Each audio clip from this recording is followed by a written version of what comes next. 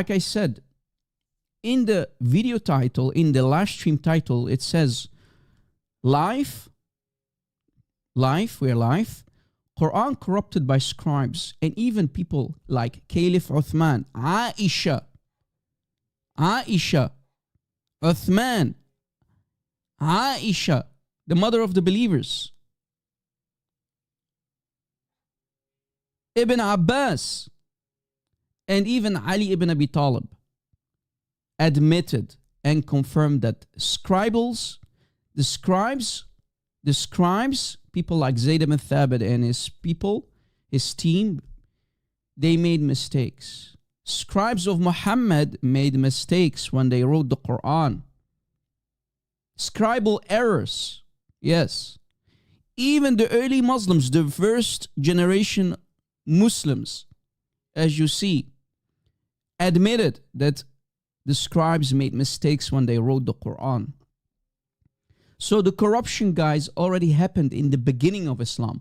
So what about when people came like Abu Asad al-Du'ali and people like Al-Hajjaj ibn Yusuf and many other people who even added more bid'ah to the Quran, adding the vowels and the dotting system, right? Corrupting it even more further. Because remember, Muhammad never ordered any Muslim to compile the Quran. Yes, he had scribes, but he never ordered the Quran to be compiled into one Muṣḥaf, one copy, one physical copy, right? Muhammad never ordered that to do. So actually, Abu Bakr, because he started it all in the beginning, he ordered one copy to be made, and they gave that copy to Hafsa, the daughter of Umar. That was the first time that the Quran got compiled. Later, during the lifetime of Uthman, when Uthman came into power as the third caliph after Umar, Uthman ordered then Zayd to go and get the Quran of Hafsa from underneath her pillow. He got it, and then he rewrote it again after collecting the other materials, the Quranic materials from bones, wood, stones, right? And he wrote and he made 5 so-called perfect copies, as if the Quran of Muhammad wasn't even perfect yet. Where is one Uthmanic copy? We don't know. It doesn't exist. Take any manuscript, guys. Listen carefully. Take any manuscript for the Quran that exists today, the top copy, the Sana'a, the Huzayni, the Samarkand, the Birmingham manuscript. Not one is Uthmanic, not one is complete or from the 7th century. I challenge any Muslim with the big beard, small beard, student of knowledge, whatever you call yourself, dawah boy. I challenge you, if you can show me one complete Uthmanic manuscript from the 7th century, I will take my Shahada yesterday. Not today, but yesterday. I'll become a Muslim today. Does that sound like a fair challenge, guys? Show me one Uthmanic copy that exists that is from the 7th century and is complete. Good luck with that. So Muslims are lying, guys. They don't have the Quran. They have only, like what Ibn Umar said, they only have what survived from the Quran. And even what survived conflicts. You have many variants. Even the people, the early Muslims, as mentioned, they also confirmed that the scribes made errors. So show me one complete copy. Show me. Show me the Quran of Muhammad. Can you show it to me? No, you can't. Challenge. Challenge. Now, guys, please, brothers and sisters, if Muslims try to do refuting videos about me, response videos about me, because they are cowards, they won't dare to come and debate me, because I literally can teach them about this topic. I can teach you, your mother, your sister and daughters, your fathers and grandfathers about this topic. So come and refute me if you think you have a backbone or a spine left in your bodies. It's very easy to do response videos these days, guys. I mean, if I teach my young son, if I teach him how to do response videos, he can do it. It's not that hard. But it's much harder to come and debate people, right, guys? live on air. Let's do this. I'm here. Where are the Fifis and the Mimis and the Lulus and the even Ketchup boys who think they have what it takes to refute us? Very easy, very easy. And guys, with all due respect to the rest of the brothers and sisters who are in the field, who do you think they learn from, guys? From people like us. With all due respect, of course.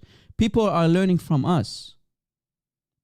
Okay, I don't want to mention names. Maybe you already know some names. But people learn from us Arabic-speaking Christians. We started all of this. We started this. We started to teach the people about this stuff. Right? I wish that Christians will support the Arabic-speaking Christians more and more. So guys, I ask you, please, I ask you to share the link on social media. Let people know that Rob Christian is live. Because we don't always have the luxury to go live, right guys? We don't always have the luxury to go live. So guys, before we actually start, before we actually go into the material, because today's live stream, guys, I will warn you, it's very academic. Literally, guys, do you see these people here on the screen? Such people, maybe you've been following on social media, it's now, it went viral. Even Farida, as you see here, Sister Farida, admitted that the scholars and who call themselves student of knowledge, when they've been asking to do like let's say sermons, or they give lectures, they are getting paid money, guys. Thousands and thousands of dollars they pay them. Imagine, we are teaching people for free, and sometimes if we're lucky we'll have 300 people watching, 400 maximum. These people are getting paid money, top dollar. Okay? Top dollar. So actually, Muslims, you should thank us. Muslims who are watching, you should thank people like us. We are teaching you for free about these topics. For example, Yasser Qadi is asking top dollar money when you go and learn his private lessons about the qira'at and the ahruf. Right? About the qira'at and the ahruf. Money, guys, it's business for them. And we are doing this for free. Right? Muslims, you should thank us, because your scholars, they say this stuff should not be taught in public, only behind closed doors, because this topic is overwhelming. Remember about there are holes in the standard narrative? This is it, in front of you. This is what Yasser Qadi was talking about, remember? When you do a deep dive, I'm a scuba diver. when you do a deep dive, I'm a scuba diver. things get very, very awkward and difficult. When you do a deep dive, I'm a scuba diver. when you do a deep dive, I'm a scuba diver. things get very, very awkward and difficult. I'm more than happy to go diving anywhere. If I were to give you a blank Muṣḥaf, Let's not. I'm a scuba diver. I'm more than happy to go diving anywhere. if I were to give you a blank Muṣḥaf, Let's not. You're pushing me. I'm a scuba diver. I'm more than happy to go diving anywhere. if I were to give you a blank Muṣḥaf, The standard narrative has holes in it. That's what I'm gonna say. if I were to give you a blank Muṣḥaf,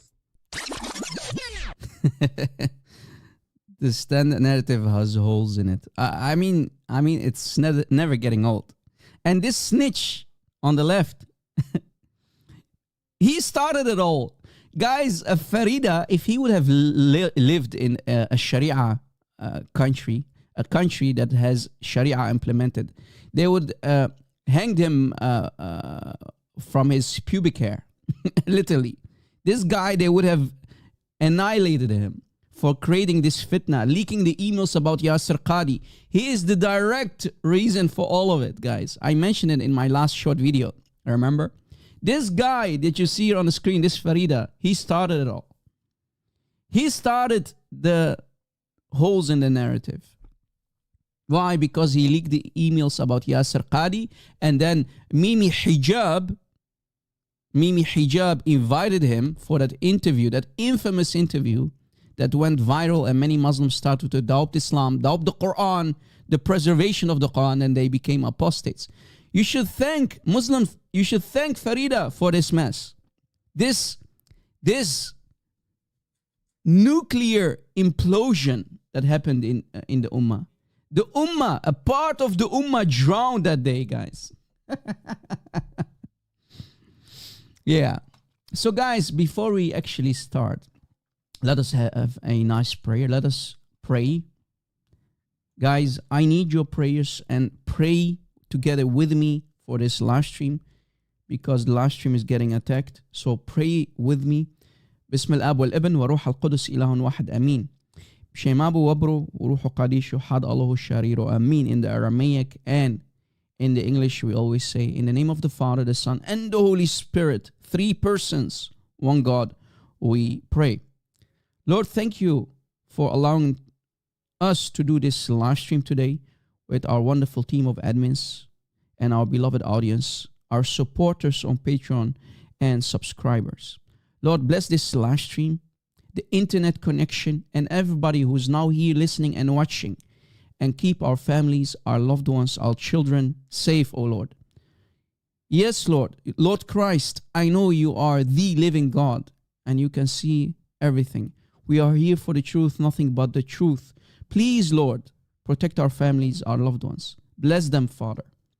Lord Jesus Christ, I pray to you and beg you to cleanse all of us with your holy blood and fill us with your Holy Spirit, your name above all names, O Lord Jesus Christ.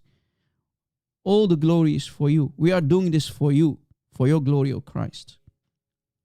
Please shine your holy light on all of us, including the Muslims who we love, because the Muslims are our brothers and sisters in humanity.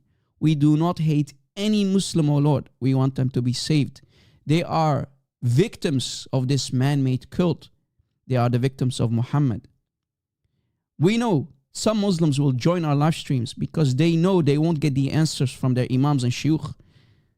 And as we mentioned earlier, O Lord, Muslim scholars are getting top dollar money to lie, to even lie about Islam. They are not telling the truth, O Lord. So please, Lord, draw these Muslims to your feet so they might know you. Open their eyes, O Lord. Everything for your glory. O Son of God, you are the Father's heart. You are the love of the Spirit. Christ, fill me with your Holy Spirit. Bless my throat and loosen my tongue today and guide me so I can speak the truth, nothing but the truth, without any error or any shame. And Lord, give us wisdom and courage to do whatever needs to be done. In your holy name, O Jesus Christ, we pray. Amen. Amen. Speaking from cave, Hira. We are live. We are back, baby. Let's go. All right. Today's topic, guys, is the Quran corrupted by scribes? And do we have literally hard evidence for it? Yes, we have. And we are going to use Uthman, Caliph Uthman himself. We're going to use Aisha, the mother of the believers herself, as mentioned earlier. What did they say about the so-called perfect Uthmanic copy after Uthman gave the order to Zayd to recollect the Quran for the second time under his rule? After Uthman giving the command, Zayd ibn Thabit, supposedly, according to the Islamic books, rewrote it in the Qurayshi dialect. And he created 5 copies, and he sent these 5 copies to different regions. Where is that Uthmanic copy that is complete from the 7th century? Nowhere. It's lost. Matter of fact, did it even exist? Allahu A'lam, the Muslims will say. Allah knows breasts, right? Allah knows breasts. So let's see what these early Muslims like Aisha, what Ibn Abbas said about what happened after Zayd ibn Thabit finalized the Uthmanic copy. All right. Let us go through some sources. Guys, are you ready? Why do we have a low number today, guys? Keep inviting. Please let the number grow. Invite people. Share the link. Please, guys, please, if only 10 people share the link on social media, that means we have extra 100 people. One maybe can invite 10 people. So what about if 10 people can invite more people? Let us not be lazy, guys. I know apologetics and polemics is maybe not for everybody. We have to be honest about it, especially when you expose Islam. Your life is immediately in danger. But what about if you can help us, guys, by sharing our live streams and videos on social media? Isn't it really not that hard or much asked, right, guys? I know it's very hard to do copy the link and paste. Is a lot of work. I mean, yeah, you might get you need maybe some energy drink. It's a lot of work. I understand it. But all jokes aside, guys, help us out here. It's not too much asked. Without you, we cannot do this, guys. Without the audience, we cannot do this. If you're not here, what's the point, right, guys? So help us, invite, share, download our videos, and you'll see, because of you guys, how many Muslims will doubt Islam and come back home to the real God, Jesus Christ, glory to his name, and drop Muhammad, because Muhammad is a fraud. The Qur'an is nothing but a man-made book. All right. Let's see what Aisha said, for example. I found a beautiful website here that is talking about scribal mistakes and variants in the Quran. And I think they use my material, but that's okay. I love that people use my material because I have talked about this in the past many times over. And I'm happy that some people are watching our videos and live streams, and they take what we do and they create a website of it. Keep doing that, guys. Please use my material and create websites, share videos, do what you gotta do to reach Muslims. Look what it says on top. Scribal mistakes and variants in the Quran.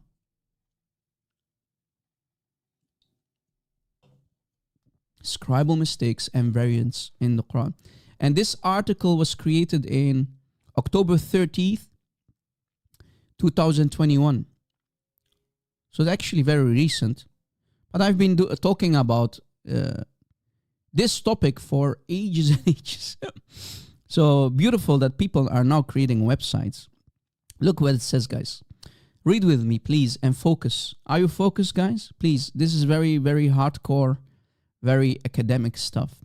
Despite the very orthodox view that has taken shape for over 1,000 years, there was a time when it was perfectly allowed to realize and accept that the text of the Quran that was standardized by Caliph Uthman, you see it? Caliph Uthman was not perfect. Muslims say the Uthmānī Qur'an is perfect. No, it's not. And even people like Uthman and Aisha admitted that there are mistakes found in the finalized, canonized copy of Uthman, which doesn't exist anymore, by the way. It does not exist anymore. Show it to me, Muslims. Where is the copy of Uthman?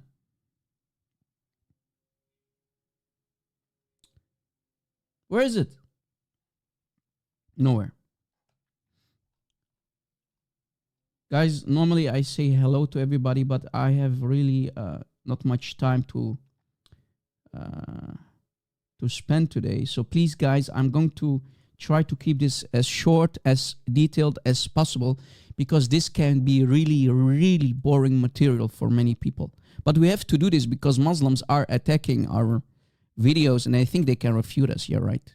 You and what army can refute Rob Christian? Let us continue. In fact, many early reports show that, especially in the first century, the community, where in the first century, the community were willing to accuse the text of the scribal errors.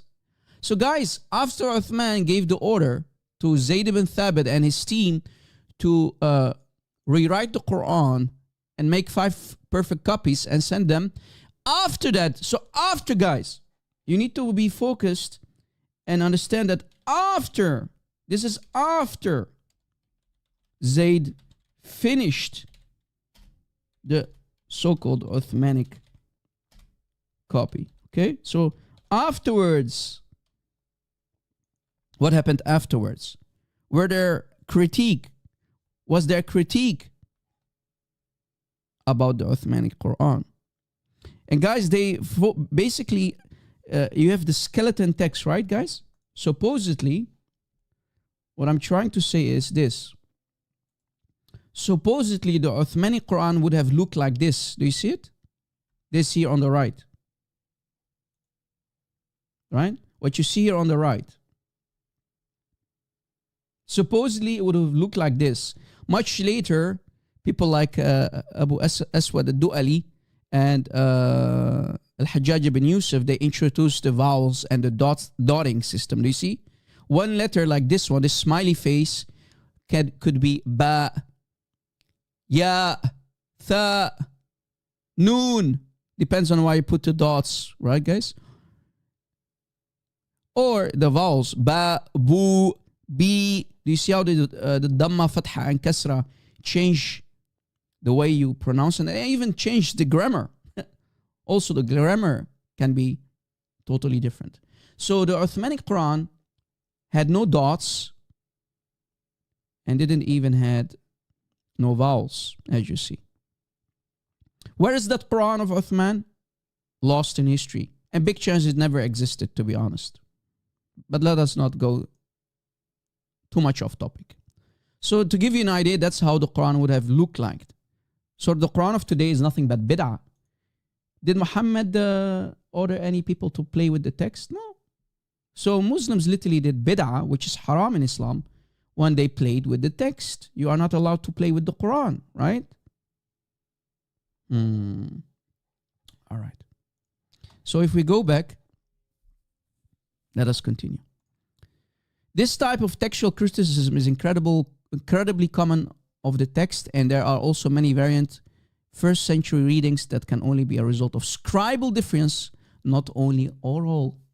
I'm scared to debate. Future millionaire, if you're a man, come and debate me. Let me open Skype.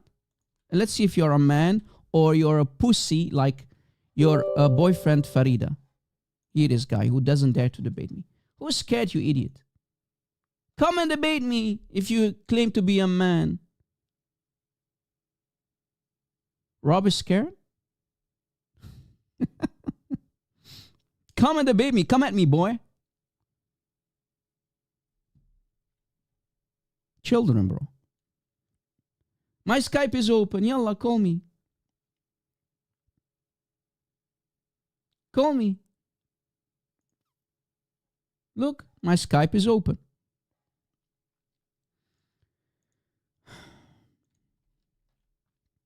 Let me add my Skype on top. Muslims can call. Jalal Abbas.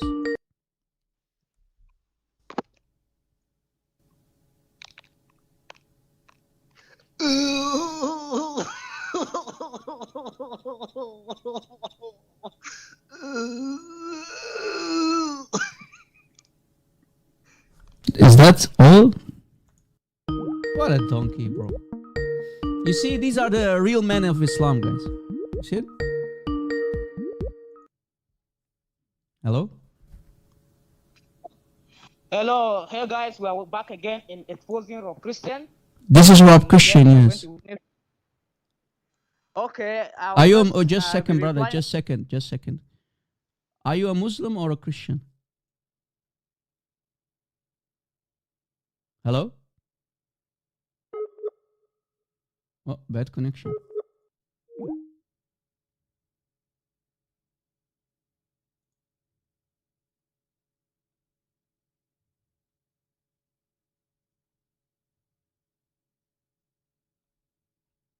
Oh, what happened?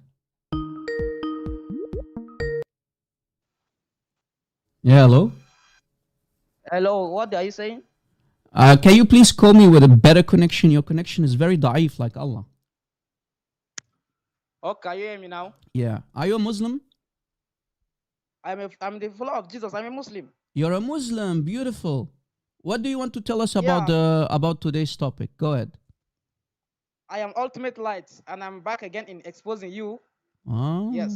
Okay. Okay. Go ahead. Expose me. Tell me about the qira'at and the corruption of your Quran. Go ahead. Okay. Firstly, you believe that your God is Satan. Ezekiel chapter 14, verse 9. Donkey ibn donkey. Go play somewhere else. I'm asking you about today's topic and the guys attacking the Bible. Your God is Satan. Go play somewhere else, man. Go play somewhere else. I have no time to entertain children like you. If there's a Muslim who can defend his Quran, you're very, very welcome to call. But please don't call me if you have nothing to say about today's topic. You see, guys? Ultimate Darkness. Yeah, probably the boyfriend of... he sounds similar like him. Ultimate Fart. Same guy. Might be his offspring or something.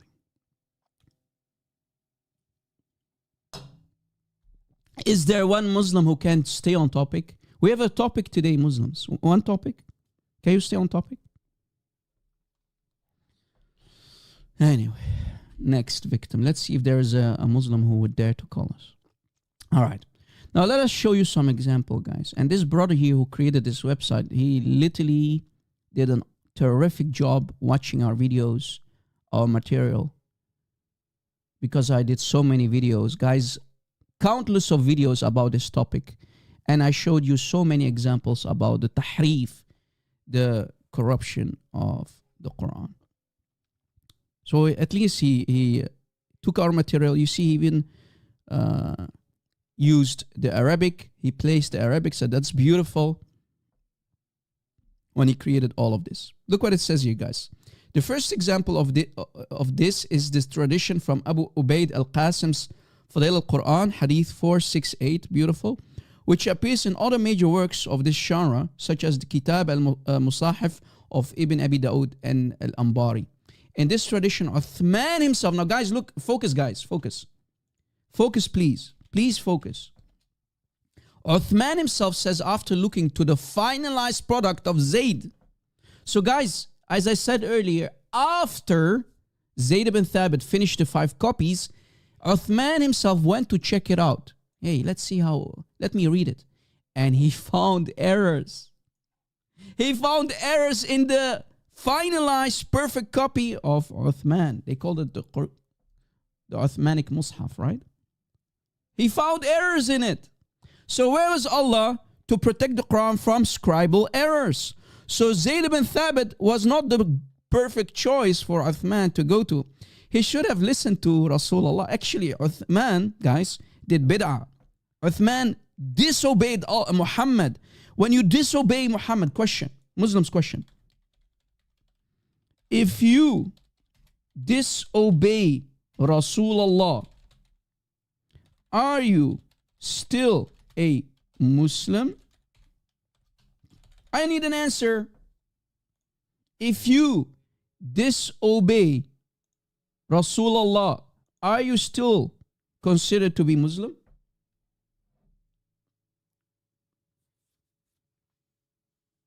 Of course not. The answer is no. The answer is no. So in other words, Uthman was a munafiq. He's a fake Muslim. He disobeyed Rasulullah. Why? Because Muhammad said, go to 4 people. He mentioned Ubay ibn Ka'b.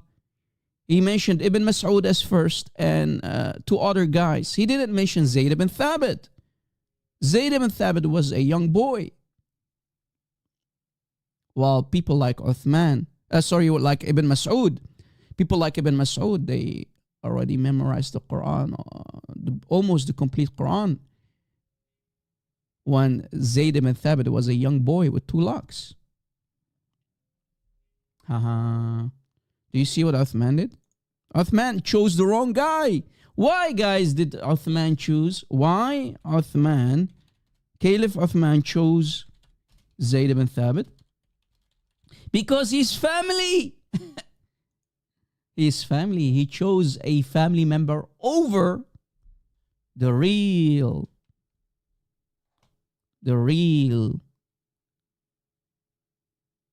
people that Muhammad told the Muslims to go to. And you can find that hadith in Sahih al-Bukhari, right, guys? Maybe a full Hurairah, you can give them the Sahih Bukhari hadith about the 4 guys that Muhammad said to go to. So people can bookmark it and save it.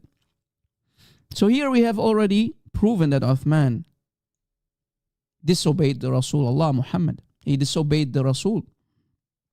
And when you disobey the Rasul, you're going to cause a mess, supposedly, right? Because now even Uthman himself admitted that there are errors in the finalized copy of Zayd ibn Thabit, which is nowadays is called the Uthmanic Muṣḥaf, which Muslims don't have, by the way. Look what it says here.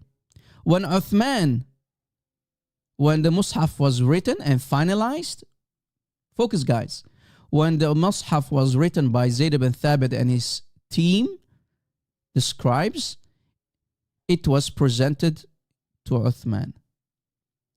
Uthman, found some errors. Uthman found some errors in it. Emotional, damn it. Muslims say there are no errors in the Quran. Uh-oh. So you see, guys, the corruption already happened between the hands of Zayd and his team. They corrupted the Quran. So what about what today's variants, etc., etc.?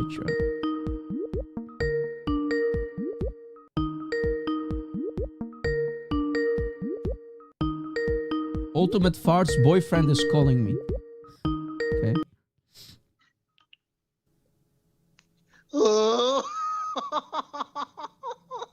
What a donkey you are. What a donkey you are. Is that it? Show us the real face of Islam. Continue.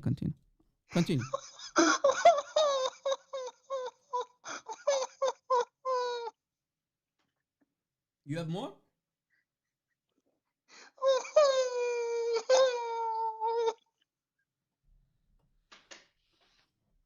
I'm waiting, bro. Continue.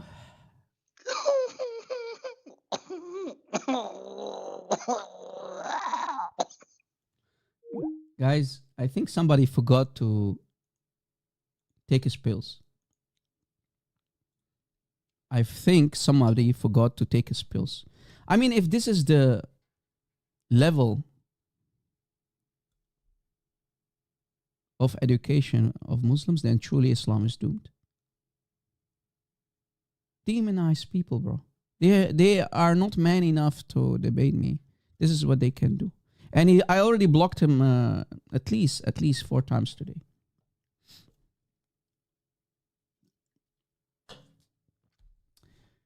Okay. Make a new account and call me, bro. You see, guys, they don't want us to talk. Do you see it? That's it. Do you see why I don't want to open my Skype anymore? Do you see why I don't want to open my Skype anymore? They have nothing to say. Nobody can defend Islam these days. We are only left with these puppies. I mean, Muslims, you must be proud about these people, right? Be honest. You must be proud about these people.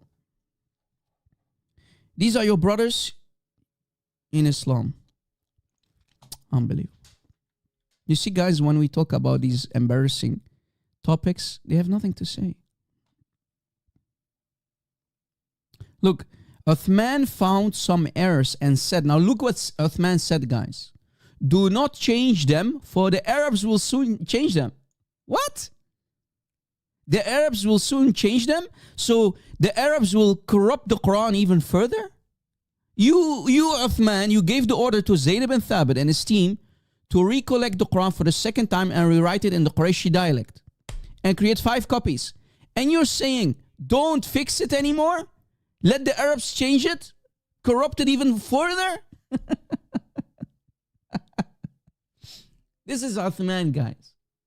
This is Uthman for you, guys. In front of you. Wow. That's what Caliph Uthman said. He found the errors, and he knew that there are errors in the finalized copy created by Zayd ibn Thabit under his command. And he said, don't change, don't remove the mistakes. Or he said, and even the Muslims don't even agree exactly what he truly said. But anyway, they will correctly pronounce them via their tongues. Yeah, right. Had described me from the tribe of Thaqif and the one who dictates it from the tribe of Hudail, these letters would not be found in it. Oh, why did you then give the command to the wrong guy? Seems that he gave the command to the wrong guy, Zayd ibn Thabit. He wasn't the perfect choice.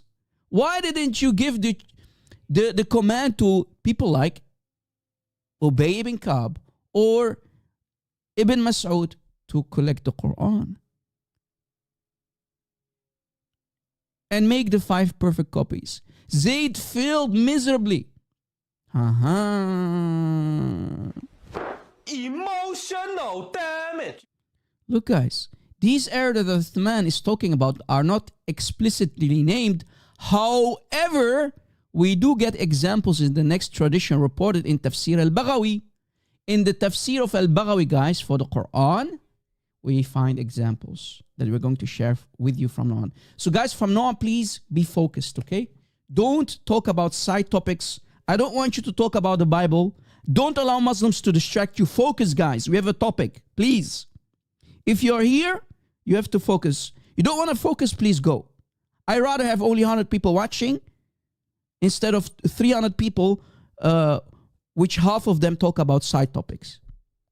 Please stay away if you're here only to get entertained. If you are here to learn, stay. If you want to be entertained, go play somewhere else. Watch Netflix or play video games. Okay? Okay. All right. Now, guys, in Tafsir al-Baghawi, for example, we find a tradition regarding chapter 4, ayah 162, where even the son of Uthman, Aban, as well Aisha herself, the wife of the Prophet, Ayusha, the mother of the believers, they admit that there are scribal mistakes. And here is the Arabic for you. They admit that there are scribal mistakes. Chapter 4, for example, ayah 162. And also in chapter 5, ayah 69 as well. Many. But let us give you a couple of examples.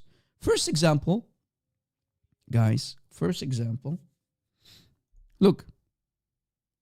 وَالْمُقِيمِينَ الصَّلَاةَ. They disagreed on its grammar. Aisha herself and Aban, the son of Uthman, said that this was a mistake in the Qur'an of Uthman. Boom, boom. Emotional damage. It should be written like this. وَالْمُقِيمُونَ الصَّلَاةِ. So if we go to the Quran, guys, look. Here is the ayah that is basically in today's Hafs Quran, for example. Look. وَالْمُقِيمُونَ الصَّلَاةَ. This is a mistake. Where's the mistake, Rob Christian? Well, here in these 2 words. Watch. If I do it like this, it will become even more easier for everybody. Maybe you want to take a screenshot. Again, this is chapter 4. Let me type it out. Chapter 4, ayah 160. What was it again? 62. 162. Guys, focus, please.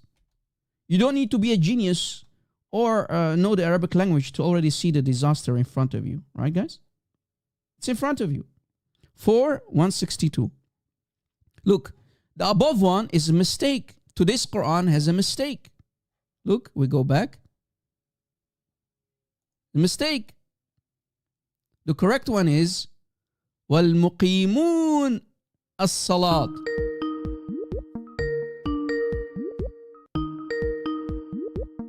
Same guy. Toilet guy, yeah. He calls himself toilet guy. That means you already get an idea. Okay, let me block you too. Same guy. Keep creating new accounts, boy. Keep creating new accounts. Mr. Toilet Boy, like your prophet. So there's a mistake, Aisha said. It's a mistake. Now, if we go to Qur'an.com, guys. Qur'an.com. To give you the idea. Qur'an.com. Let me make it a little bit bigger.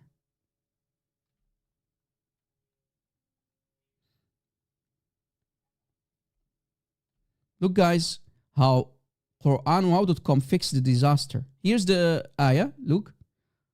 And the ones who established the prayer. Look carefully, guys.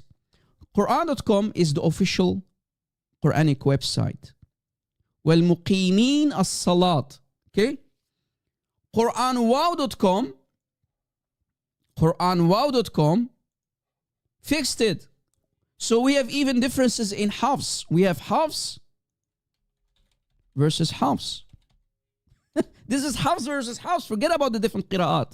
So in some Hafs, they fixed it. Some Hafs qira'at, the other qira'ah of Hafs, they fixed it. Look. وَالْمُقِيمُونَ الصَّلَاةِ. Here, they fixed this part. Look carefully, guys. Look. Here you have this baby daggerish alif on top. Do you see it? This thing here on top. It's not an actual letter. This is the real alif here in the beginning. Look at my cursor, guys.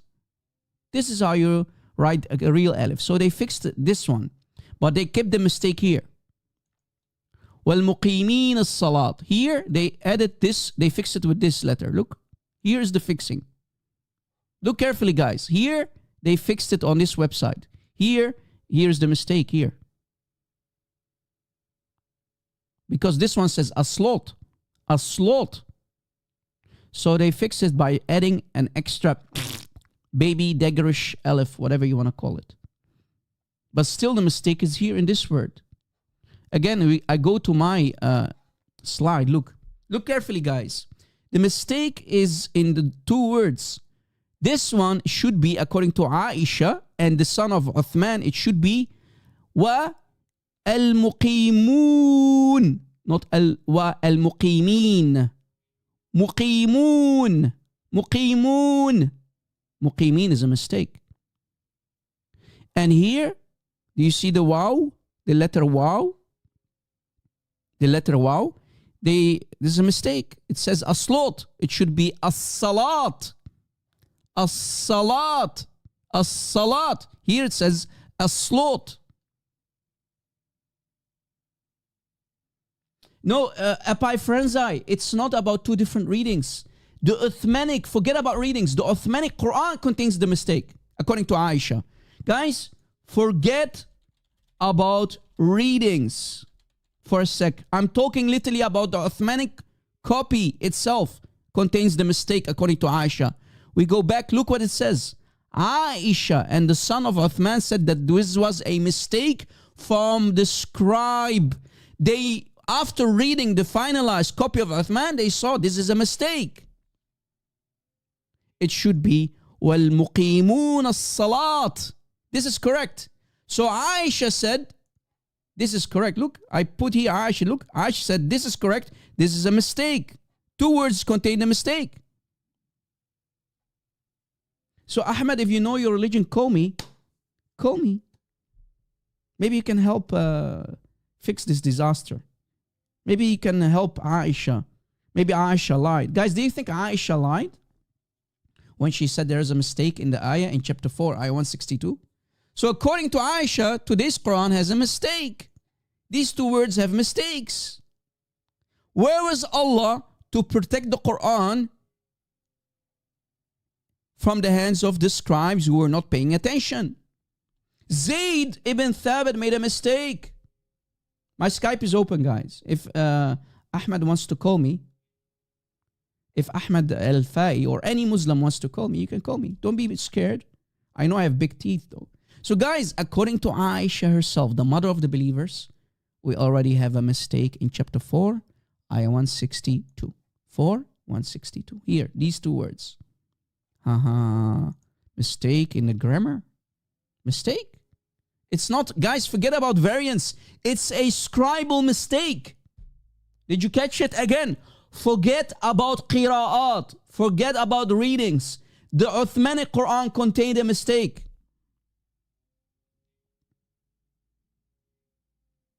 Well, if I'm lying, that means Aisha is lying, Mr. Ahmed. If I am lying, then your mother Ayusha was lying, and the son of Uthman and Uthman were a bunch of liars and deceivers for saying that there are mistakes in the Quran. It's in front of you. It's in front of you. Thank you for admitting that your mother Aisha lied. Congratulations, you're out of Islam, brother. You just called the mother of the believers a liar. Congratulations, you're out of Islam.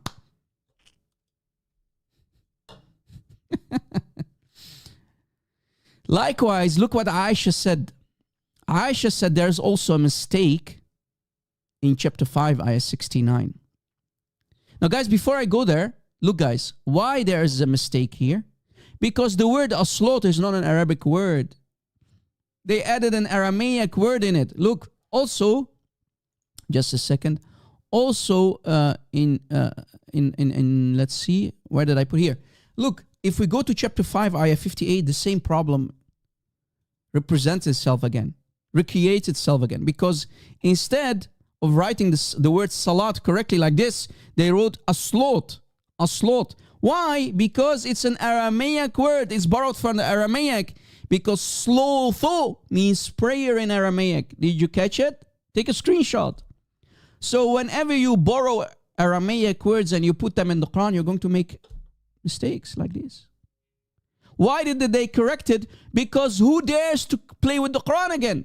Uthman already played with the Quran, and Uthman admitted there are mistakes. Look, if we go up, Ahmed, you're not paying attention. Look what Uthman himself said. We go back. Uthman himself said, after looking at the finalized finished product of Zayd ibn Thabit, he saw errors inside of it. Do you see it? But who dares to play with the Quran again?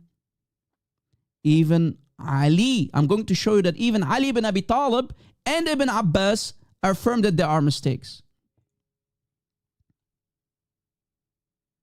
I already explained. Nobody is a coward but you. You coward, call me if you're not a coward. I already answered you. So stay a coward for the rest of your life. A real man calls, he doesn't chat. Okay? Defend your Quran today. Do you see it? When the Muṣḥaf was written, when Zayd and his team finished the Muṣḥaf and 5 copies were made, it was presented to Uthman, and he, Uthman, found some errors and said, do not change them, for the Arabs will soon change them. Do you see it? He knew there are mistakes in it, but they didn't fix it. Look what it says here. This is a mistake on the part of the scribe. So the scribe corrupted the Quran, and Uthman said, now look what Uthman said, there are errors in the Quran. Yes, we know that there are errors in the Quran that the Arabs will correct with their tongues. Leave it. We know it has a mistake, but leave it. The Arabs will fix it with their tongues. Yeah, the admins will put you in the corner, Mr. Ahmed, if you don't behave. If you're going to call us names and you're going to insult them, my admins will put you in your place and will give you a timeout. Guys, don't block people, but if they misbehave, give them a timeout. Like a small puppy that they are, if they can't behave. You are here, my dhimmi. Today, you are my dhimmi. Okay? All right.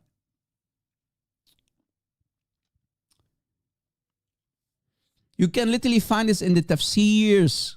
You can find this in Tafsir al-Baghawi. For example, Tafsir al-Baghawi. I'm going to give you examples. Just don't wait. Wait, I'm giving already examples. It's in front of you. So guys, I already showed you this part. But what about the Sabi'in or Sabi'un? The Sabi'in or Sabi'un. Look.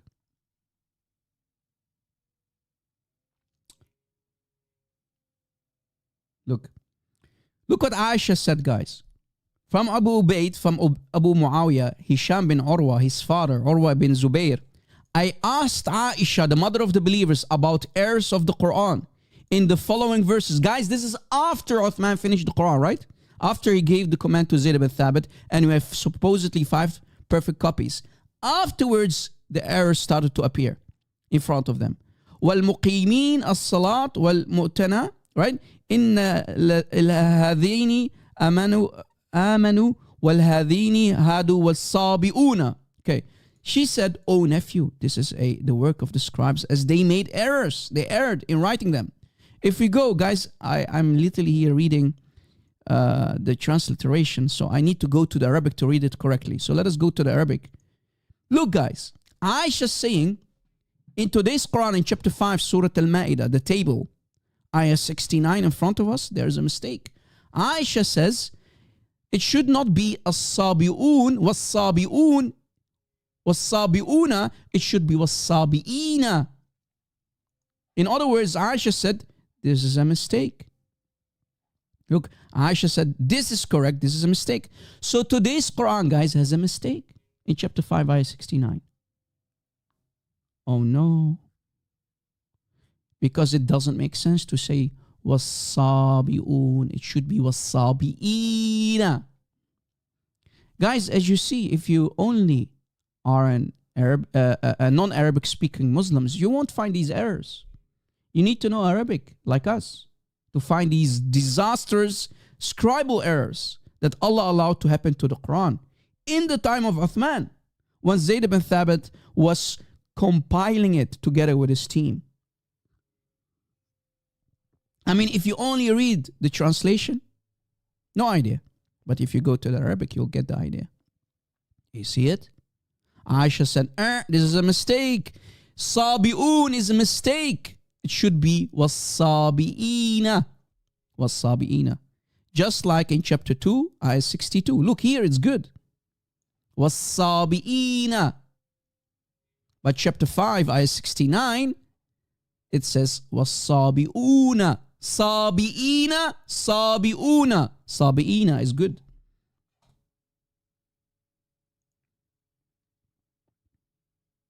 The Sabians. It's on the screen, brothers and sisters. The Sabians.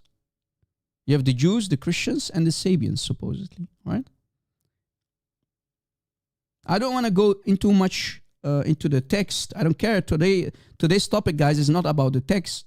Even this ayah is a disaster on itself, right? I'm only showing you the mistakes. Forget about what the text, the matan says.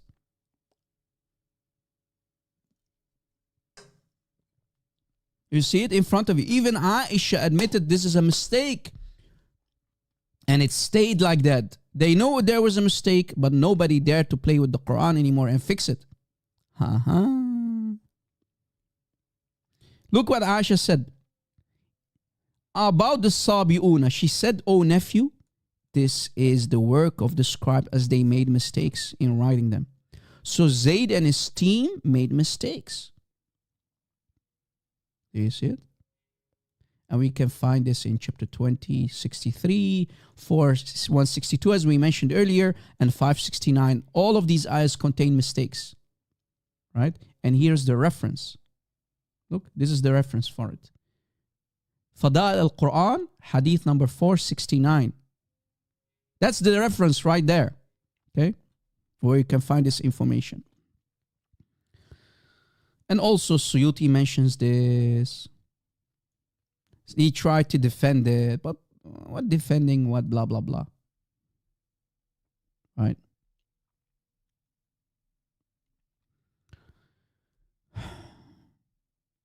We continue, guys. Look. Look, here is a hadith from Abdullah al-Fadl bin Hamad al-Khayri, Khalad meaning Ibn Khalid, Zayd ibn Habab, Ash'ad, Zayd ibn Jubair, saying in the Quran there are 4 letters which have errors. Wait, the Quran of Allah can have errors? Look how many people are admitting it. Not only Aisha. As-sabi'una is mistake. Wal-muqimeen, a mistake. Etc., etc. You see it. Was-sahirani, about the magicians. Mistake. Mistake. Mistakes on top of mistakes, as you see. And I did a video, guys, about chapter 24, ayah 27, remember? Where Ibn Abbas himself, Ibn Abbas admitted that there is a problem in chapter 24, ayah 27, because the scribe made a mistake. And you can find it in the tafsir. Go to tafsir al-Qurtubi, for example, and you get it. Ibn Abbas said this is wrong because the scribe made a mistake. It should not be tasta'nisu. It should be tasta'nidhu. Seek permission. Tasta'zinu. Seek permission. So the correct one is seek permission to enter the house, for example. If you want to enter somebody's house, first you need permission. It's not seek familiarity. So this is a mistake. This part is the mistake, guys. Ibn Abbas said this is wrong. And that's one of the scribes who made a mistake. And this is also be found in Tafsir al-Tabari. Look here in front of you. Tafsir al-Tabari for chapter 24, ayah 27. Look it up if you don't believe me. Look how many mistakes. Look, and here another report, Ibn Bashar, Muhammad bin Jafar, Shu'bah, Abu Bishr, Sa'id bin Jubair, Ibn Abbas about this verse. Look, and they're quoting Ibn Abbas. Do not enter somebody's house other than your own until you seek familiarity. Tasta'nisu. If we go to the ayah, guys. If we go to the ayah 24. Let us go there anyway. 24, ayah 27. This is a mistake here. Tasta'nisu is a mistake according to Ibn Abbas. Ibn Abbas said this is a mistake. Ibn Abbas said this word is a mistake from the scribal. It's a scribal error from the scribe who wrote the ayah wrong. Ibn Abbas said it should be tasta'nidhu and greet. So seek for permission. Tasta'zinu, not tasta'nisu. Tasta'zinu. Seek permission to enter, not seek familiarity. Huge difference, right, guys? This happens when you are a fake prophet and you have people who write the mistakes, they're not paying attention. And because there is nothing called God in Islam, else Allah would have protected His Qur'an from all of these scribal errors and mistakes. Guys, I did a video about this, okay? I, Rob Christian, did a video about this chapter, this ayah in front of you. Let's see if I can show you. Let's see if I can show you which video that is. Let's see. Qur'an 24. So you'll get the idea. This is the video that I created a couple weeks ago about this topic. Look at this video, remember? Qur'an corrupted by a scribe. You can literally find it between my other videos. If you click on the videos tab, you'll find this video that I created. Qur'an corrupted by a scribe. And I mentioned Tafsir al-Tabari, and I proved it. I proved that Ibn Abbas himself admits the Habr al-Ummah, the scholar of the Ummah, Turjuman al-Quran, said that the scribe made a mistake. وَتَسْتَأْذِنُوا, not وَتَسْتَأْنِسُوا. Mistake. Aywa. All right. So this is the mistake. You see it? Today's Quran has the same mistake in it that the Quran of Uthman had. Aywa. Look. Because the reading of people like Ibn Mas'ud had the correct one. Where is the Quran of Ibn Mas'ud? Poof. Lost in history.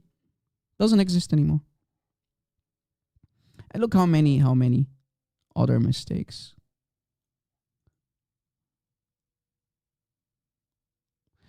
According to Ibn Abbas, there's another mistake found in chapter 17, ayah 23, where Allah says, وَقَضَى رَبُّكَ. This is a mistake. It should be. This is wrong. However, this is wrong according to Ibn Abbas and Ad-Dahhak. It instead should be وَوَسَى رَبُّكَ. وَوَصَى رَبُّكَ, not وَقَضَى رَبُّكَ. And your Lord has advised. Look how many mistakes, guys. Now, guys, I already showed you this, and I showed you this one, and this one, okay? Let us show you more. Let us show you more. What about Ali? Ali himself, what did Ali ibn Abi Talib say? Forget about the page that I showed you, guys. Actually, let me give you the link to this page. I think the guy here, he did an awesome job. Let me share it with you. Look, here's the link of this page that you see, the translated. I don't need it, but I'm showing you the English, so you get the idea, guys. He did an awesome job in giving you a couple of examples, but let me give you more examples. Chapter 56, ayah 29. Chapter 56, ayah 29 contains a mistake according to Ali ibn Abi Talib. Why did Allah allow these mistakes to happen? No Muslim can answer this question. This is what Yasir Qari said about the holes in the standard. These are the holes in the standard narrative because the Orientalists dare to cross the red line. People like us, we dare to question Islam and the Quran. And when we question Islam and the Quran, we find these beautiful mistakes. made by scribes who put errors in the Quran by not paying attention, right? Zayd and his team of scribes made huge mistakes in the Uthmanic Quran. Aywa. For example, if we go to this ayah, we see that at-talh, according to the Arabs, are the acacia trees, which have basically thorns. Do you see these thorns, guys? That big animals like a camel love to eat from. Camels love to eat thorny trees, right, guys? They have a long neck, right? And they can reach these huge trees to eat from. And these trees have thorns in it. But, you know, camels or what is that other? Giraffe? Yeah, giraffe. They don't care about these things. Their tongue is very, very thick. You know, they have a huge skin on their tongue, and it doesn't affect their... they don't care about it. Giraffe, yeah, giraffe. So camels or giraffe, they eat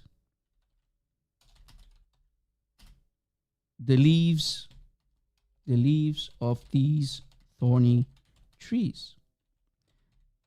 Now, when Ibn Abbas saw this ayah in front of him being read, he said, it contains a mistake. It should not be talh, al-talh. It should be al-talh. So talh, according to Ali ibn Abi Talib said, talh is a mistake. It should be, the correct way should be talh. Fruit, not thorny trees. Why, guys? Because the ayah is when you are in Jannah. You're going to eat fruit. You're not going to eat in Jannah from thorny trees. Doesn't make sense. Imagine you're as long as Adam, and maybe one of your eyes will go missing. These thorny trees will take one of your eyes out in Jannah. I mean, you're busy deflowering women. You don't want to have access to thorny trees. That doesn't make sense, Ali said. Did you catch it? Because this chapter is about when you're in Jannah and you're going to deflower women, you're going to drink rivers of wine. So Ali said, doesn't make sense. This is a mistake. And here they're lying. Look, this is a false translation, by the way, because this is an acacia tree. False translation. Let's see if they actually... If there is not a scumbag translator who can translate correctly. Ah, here, look. Acacia trees. So the other guy was lying. Arbery is more correct. Do you see it? Arbery didn't lie here. Arbery didn't lie. It's the acacia trees, these thorny trees. Ha-ha.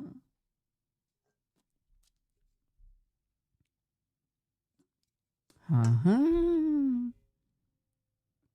So Ali said, uh-oh. We have a mistake. We can find the saying of Ali in Tafsir al-Baghawi, for example, in chapter 56, ayah 29. Look here in front of you, Tafsir al-Baghawi. Tafsir al-Baghawi. When one of the people in front of Amir al-Mu'mineen Ali, when they were reading, when the man was reading the ayah 4 in front of Ali ibn Abi Talib, and he recited وَالطَّلْحِ مَنْدُودٌ فَقَالَ Ali said, and what about the talh? This is a mistake. إِنَّمَا هُوَ طَلْحٌ مَنْدُودٌ. Look, guys, Ali noticed there's a mistake. You are reciting it incorrectly. Now look what's going on. ثُمَّ قَرَأَ, and he then started to continue reading, and then يَا أَمِيرَ الْمُؤْمِنِينَ. The guy who was reciting the ayah mistakenly, he said, Ya Amir al-Mu'minin, oh, the Caliph of the Ummah, oh, Ali bin Abi Talib. This is in the Muṣḥaf like this. So this is in the Muṣḥaf of Uthman written like this. Because guys, listen, Abu Bakr died already, Umar died, and here, and Uthman died, and Ali is now in power. Guys, remember, we have supposedly 4 rightly guided caliphs, right? The first 3 died, the first three died, and now Ali is in power, right? Ali is the caliph. So this is during the lifetime of Ali as being caliph. So Omar died, Abu Bakr died, and Uthman were all dead or killed. Okay? You're catching it, right? This is the context of it. In the time of Caliph Ali, the cousin of Muhammad. So, Ya Amir al-Mu'mineen, this is like this. This mistake is in the Muṣḥaf. Should we change it? So, Ya Amir al-Mu'mineen, should we change it? What do you think, Ya Ali? Should we fix it? And Ali said, no, the Quran is like this and nobody should change it anymore. So guys, the early Muslims, the first generation of Muslims already confirmed and admitted that the Quran has scribal mistakes, but nobody should change it. And here's the translation, guys. Tafsir al-Baghawi that we're reading from. Maybe you want to take a screenshot. For chapter 56, ayah 29. A well-known tradition often cited in classical sources tell the story of a man reading the Quran in front of Amir al-Mu'mineen, the caliph of the Ummah of his time, Ali bin Abi Talib. The man reached chapter 56, ayah 29 and read, وَطَلْحٍ مَنْدُودٍ.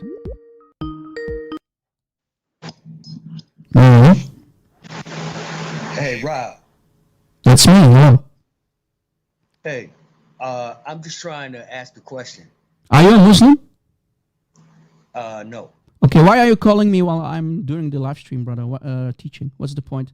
Don't you know that you should not call me when I'm teaching? Oh, I didn't know. I thought this was... Okay. It literally says, we already...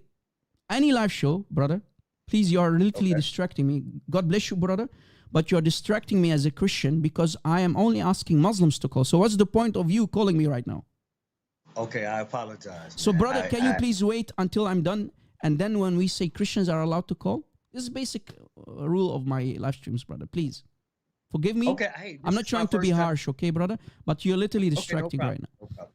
All right. No problem. Sorry. All right. No problem. Bye-bye. Christians, please hold your horses. Brothers and sisters, call me when I'm done. Only Muslims can call for now. If Muslims think they have the knowledge or they have a spine in their body left and call themselves men, real men, let them call and try to refute me. Christians, you're not helping right now, please. All right.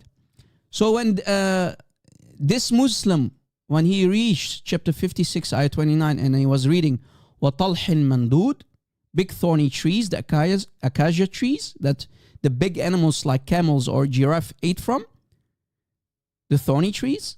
But Ali objected. Ali, Amir al-Mu'mineen, objected and said, what does this have to do with talh? Big thorny trees with camels usually feed on. It's rather talla, clustered dates or pollen sacs. So Ali said, this is a mistake. Just like if we go to chapter 50, ayah 10, you have the correct word. Talla versus talh. لَعَلَّ طَلْعٌ نَدِيدٌ. Ali objected and said that the Quran should never be changed anymore. Guys, even the early Muslims, Ali bin Abi Talib admitted that there are mistakes, but don't play with the mistakes. Don't fix them. We know there are mistakes. We know that the scribes made mistakes. Allah allowed the scribes to make mistakes, but don't change it. Keep the mistakes inside the Quran. Until today, guys, Muslims are reading the mistakes. The Quran will contain mistakes. So if we go back to the ayah, this is a mistake. Here's the mistake. It should not be وَطَلْحٍ. It should be وَطَلْعٍ. طَلْحٍ with ha. وَطَلْعٍ. Different word. One is thorny trees. The other one is, let's say, date trees. So guys, as you see, here's another translation which I found online, explaining the same stuff that I found in tafsir. In the tafsir, guys, for the ayah. Let's see this guy. Yes, hello?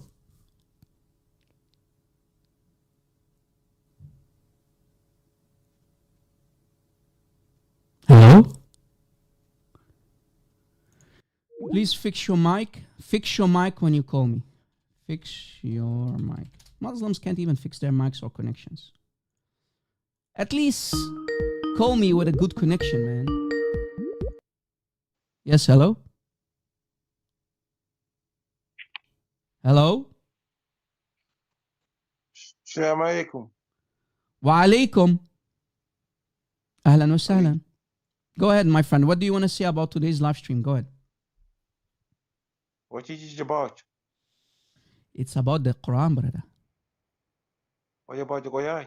Yeah, but the Quran, yes. What about it? What about it? Allah allowed mistakes to happen in the Quran. Where? In the Quran, in front of you. You tell me. Yes.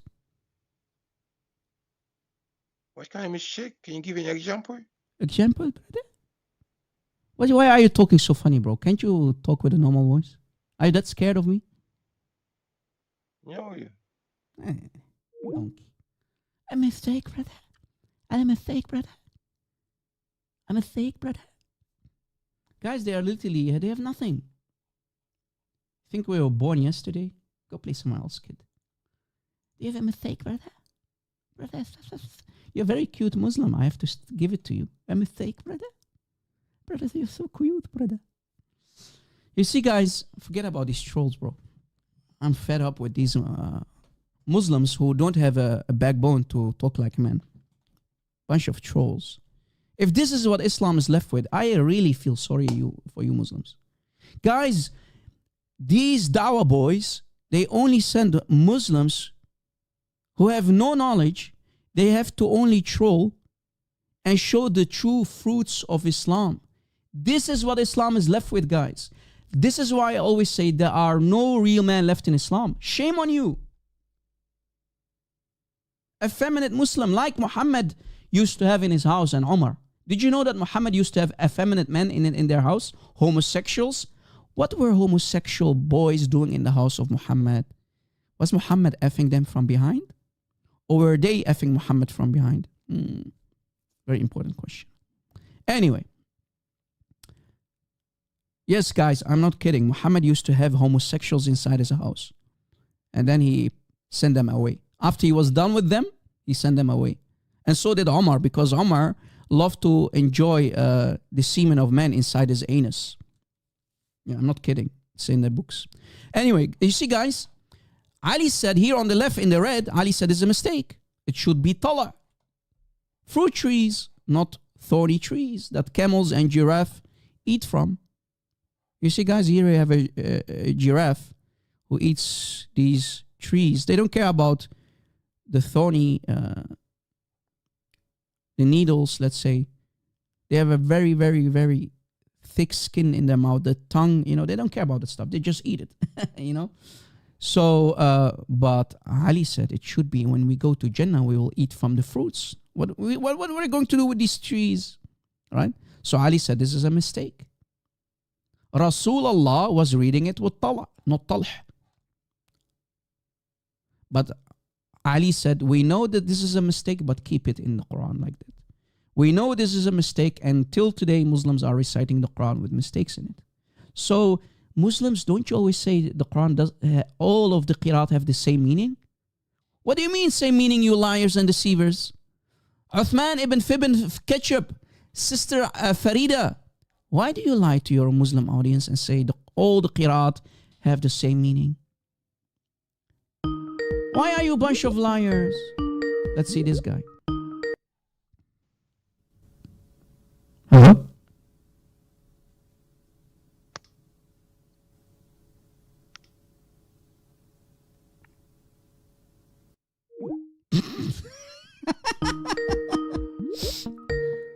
Oh boy.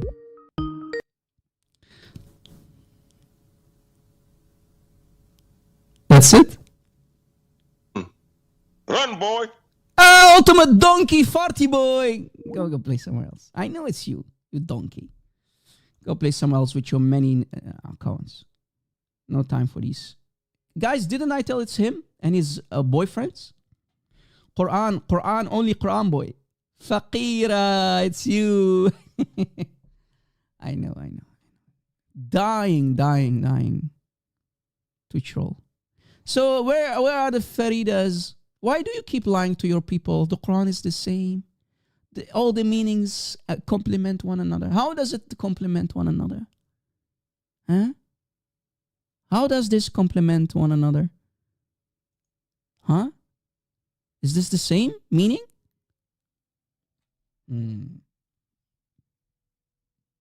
You see, guys? You see it? Mistake in the Quran. This ayah is mistake. It should be وَطَّلَعْ, not وَطَّلْح.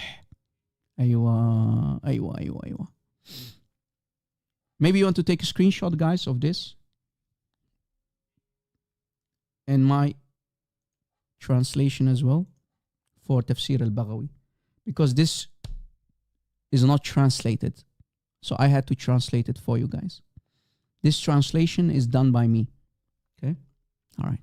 Take a screenshot if you like. All right. Let us continue, guys. Guys, have you seen my video about Farid calling me a punk? Have you seen it? I uploaded it 2 days ago.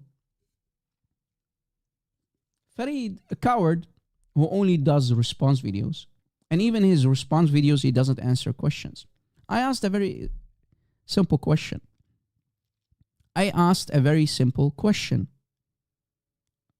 And I did a video about Qira'at Hafs versus Shu'bah, who have one teacher. Look, guys. Hafs, which became basically the most popular reading, he had a teacher called Asim.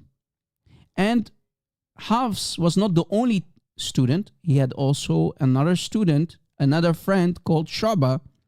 And by the way, Hafs was stealing the books from Shu'bah, by the way. The thief Hafs used to steal books of Shu'bah. Okay? Now you get the idea, the more details. So Asim, guys, their teacher was demented. They used to forget Qur'an. But anyway, let's not go too much off topic. But Asim had two students, Shu'bah and Hafs. But Shu'bah and Hafs had different qira'at. And my question was very simple. Here's the question of Rob question. If Asim has two students, in this case, Hafs and Shu'bah. How is it possible that these students have different Qur'ans?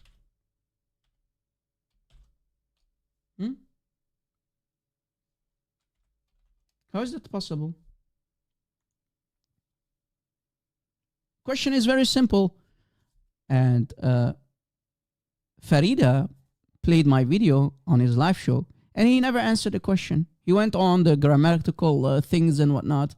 He never answered the question. Give me the answer. No answer. Right? No answer. Instead, one of his minions did a video about me. I don't want to say the name.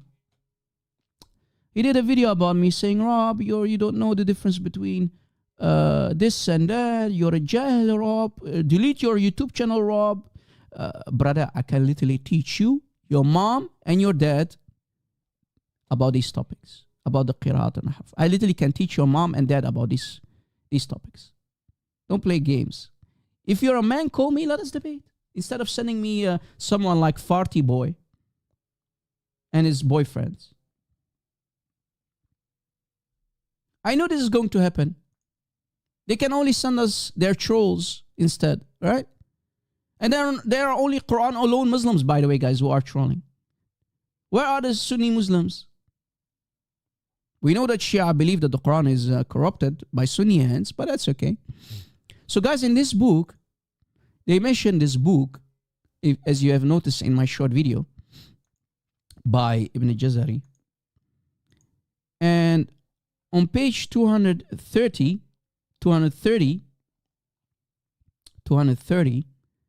we find the saying of Hafs as answer. But there's no chain of narration for it. On top of that, Hafs is a liar, a thief, and not to be trusted. They said, Rob, there is a difference when Hafs is going to mention hadith from the mouth of Rasulullah. This is not such a hadith. This is just a saying of Hafs. But wait, where's the chain of narration for it? Where does this come from? An Hafs إنه قال that Asim, when I asked him about the qira'ah of Abu Bakr, meaning Shu'bah, the other student, Abu Bakr guys is Shu'bah, and Asim says, well, I taught you a different qira'ah and I taught Shu'bah a different qira'ah. Does that make any sense? You have only two students and you teach one guy a qira'ah and you teach the other guy a qira'ah. Does that make sense? Of course not. On top of that, where's the chain of narration for it? Are you Muslims always bragging about chain of narrations? Where did you get this from? Where's the chain of narration? And where does it say Sahih or Hasan? Nowhere. Look here in the footnote. Whenever you have a dividing line, you get the footnote. Where does it say Sahih, Da'if? Nowhere. So where did this come from? Where is the chain of narration for it? Nowhere. We only see from Hafs إنه قال. From Hafs, he said, okay, he said what? Where did you get this from? Where is the chain of narration? Nowhere. Where is the chain of narration for the saying of Hafs? Nowhere. Is it Sahih? Is it Da'if? Allahu Alam, we don't know. So where did Ibn al-Jazari get it from? Allahu Alam, Rob Christian, we don't know. We don't know. We only know that Hafs said it. Okay, where you get it from? Aren't you Muslims always bragging about chains of narration? Show me the authentic chain of narration for the saying of Hafs. Show it to me. This is, guys, nothing but a fabrication. Muslims, much later, fabricated all of this to defend the many different Quran versions. Because these are many different Quran versions. That's what it is. Everything in Islam, guys, is fabricated to defend this cult of Satan. You see it? Where is the chain of narration for it? Can you prove that this is not just a fabrication by Ibn al-Jazari, who you call the best scholar for the qira'at and ahruf? Where is the chain of narration? Show me. Nowhere. There's no chain of narration. Do you see how easy it is, guys, to destroy the Quran? And all of these puppies are too scared to debate me. Send me real students of knowledge. Farida, if you claim to be a student of knowledge, come at me, bro. Defend Islam because Muslims are leaving Islam because of you cowards. You're not defending Islam. You're only doing response videos. Call me. Stop sending me puppies.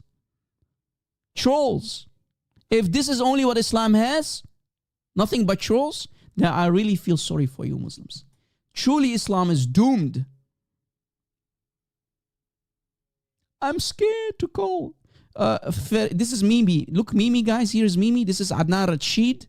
And this is Farida. Call Rob Christian. No, you call. I'm too scared. Mom, I'm too scared to call Rob Christian, Mom. This is what these people are. They're scared little monkeys.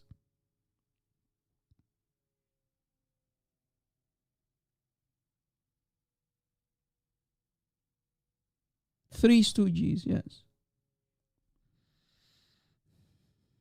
They can only debate non-Arabic speaking Christians, right? That's what they can only do. They can only debate non-Arabic speaking Christians. When we come, all of these puppies become like chickens between our fingers, between our hands. Chickens. There are no real men left in Islam. My Skype is open, man. Call me. Here, call me. By the way, this is Ahmed ex-Muslim that I'm talking to on Skype. Brother Ahmed ex-Muslim. Beautiful brother. Beautiful warrior for Christ.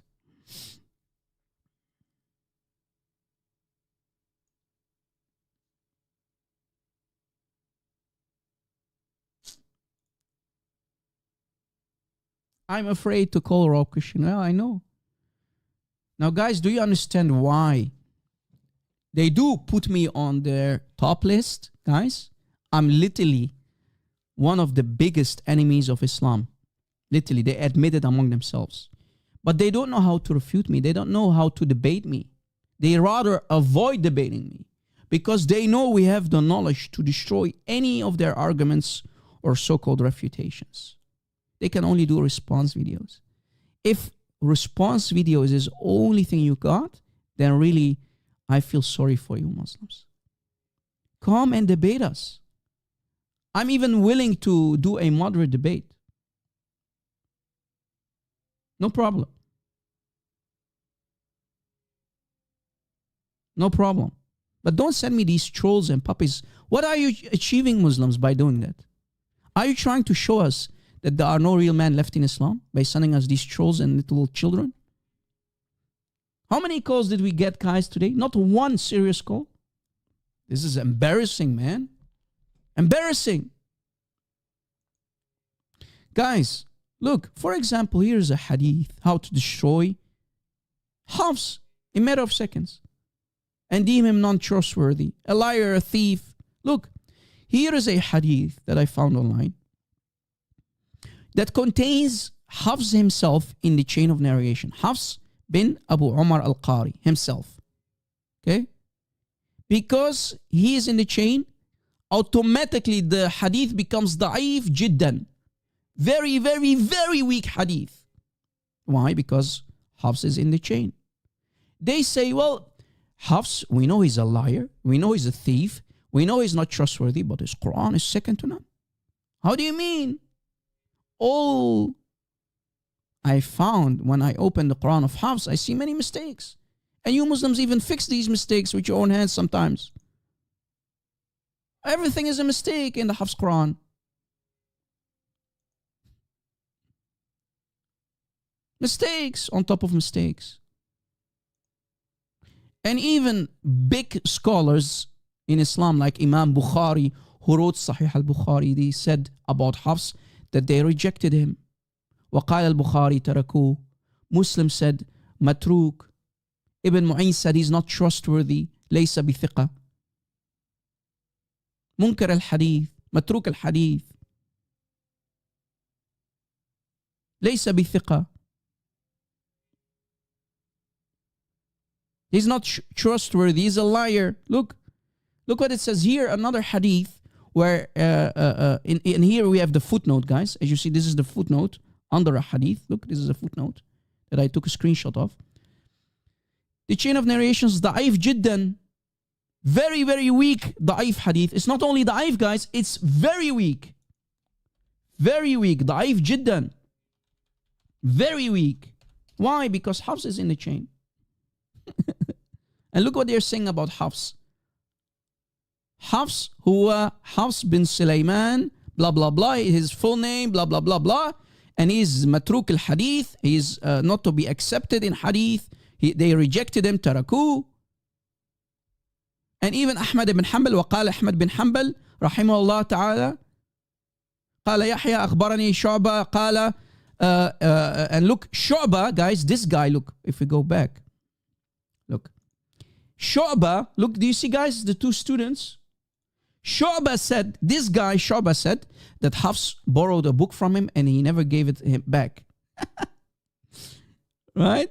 That's what Shu'ba is saying. Shu'ba said, Hafs took from me a book and he did not return it to me. And he copied the book and he never gave it back. And even Ibn Mu'in says that he is, and he's quoting many people, and it says here, وَكَانَ كَذَّابًا, and he was a liar. Liar. Hafs is a liar. That's what they admit. So how do you put your faith in a liar? How do you put your salvation in a liar? Because you took his recitation. You call him a liar, yet you take his Qur'an and you make it popular. It becomes the number one popular recitation. Yet he is a liar. Look, it literally says here, you see my cursor, guys? وَكَانَ كَذَّابًا. He's a liar. He's a liar. Here. You see my cursor, guys? Give me a one if you see my... وَكَانَ كَذَّابًا. How can you trust somebody with the Qur'an when he's a liar? Can you trust your money with a liar? Let's say he's a liar, he's a gambler. No, you can't. He will steal your money. You will never see your money again. Unbelievable. What is this religion, bro? He is a liar, yet he's trustworthy when it comes to the Quran. Unbelievable. Guys, help me out here. Maybe I'm stupid. Maybe I don't understand. How can you trust someone who's called a liar? A liar is a liar. وَكَانَ كَذَّابًا. He's a liar.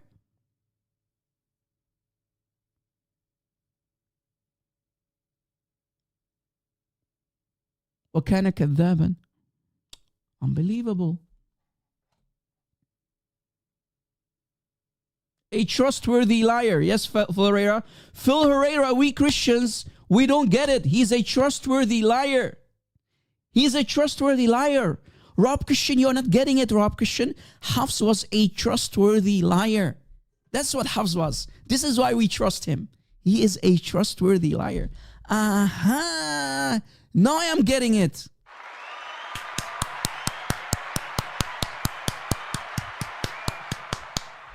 Please shoot me. Please shoot me, guys. Please shoot me.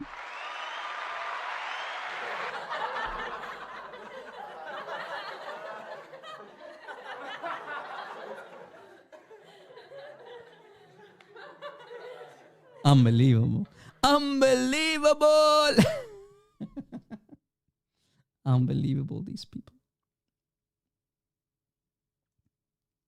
Guys, to sum it up, a summary from my side to you. Maybe you want to take a screenshot. This is the hypocrisy and logic of Muslims 101. Muslims say Hafs is rejected in hadith. He is a liar, a thief who used to borrow books, copy them, and never gave the original books back to their original owners, and claiming that he wrote these books. A thief, a liar, not to be trusted, rejected in hadith. Yet they say, but we do take his reading for the Quran. And we even made it #1 popular reading. And we know that his reading contains mistakes, but we do accept it though. And then they say, we know he's a liar, we know he's a thief, but we do take what Hafs said in other sayings without any chain of narration to prove our point. And someone like me, a Christian like me, would say, I rest my case. I rest my case. Emotional damage. I'm so happy that you are the Muslim and not me. This is exactly what they say, exactly epiphrasy. This is their point. They know he's a liar. They know he's a thief. They know he's not to be trusted. They know he's rejected in hadith. Yet they made his Quran, not even Quran. It's not even called the Quran. It's the recitation according to Hafs. Don't call it the Quran, guys. It's the recitation according to Hafs. That's what it is. Guys, please focus and write this down. Don't call it Quran. You have to call it the recitation according to Hafs. That's what you need to call it. That's what you have to call it, brothers and sisters. Because this is not Quran, this is only the recitation. And Muslims don't even have the original recitation of Hafs anymore. Guys, Hafs came 250 years after Muhammad. Can you imagine? What is this messy religion, bro? What is this messy religion? Muslim prince, go play somewhere else. Go play somewhere else. You Muslims have no backbone. You are not men. Real man calls in and defends his religion. Defends his false prophet. Did you catch it, guys? This is their refutation for Rob Christian's video. This is their refutation, guys. This is what they're trying to tell us. After all these examples that I gave you. And I've done countless of videos and live streams in the last, let's say, 8 years that I'm on YouTube. I've been doing this for at least 15 years. And I've been saying 15 years for the last 10 years, but that's okay. Right? How many videos and live streams have I done about the qira'at and ahruf? Guys, and people like Farida keep saying, calling the ahruf, they keep calling it modes. What modes? How dare you to lie to your audience, bro? What modes? What styles? What I'm trying to say is this, guys. Look what they are doing more. Look how they deceive people. Look how they deceive people. When we talk about ahruf, okay? Ahruf, Muslims among themselves, they don't know what the ahruf are. Literally, it means letters. Ahruf is the plural form of harf. Ahruf, literally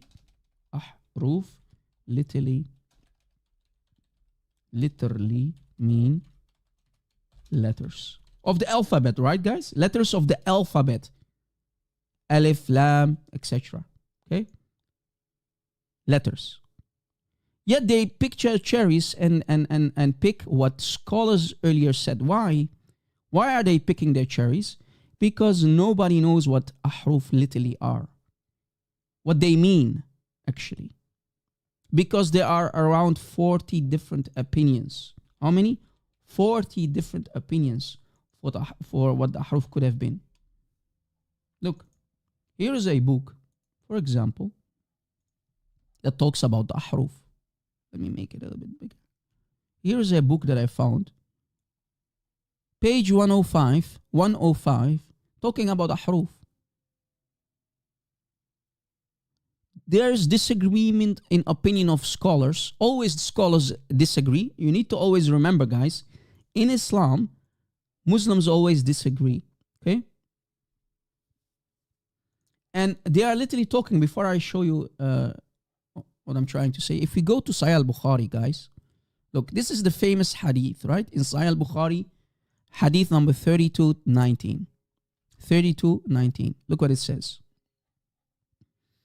If you read with me. Narrated Ibn Abbas, Allah's messenger or Rasul, you see, I need to fix the English always, said, Jibreel, no, there's nothing called Gabriel. Jibreel read the Quran to me in one harf.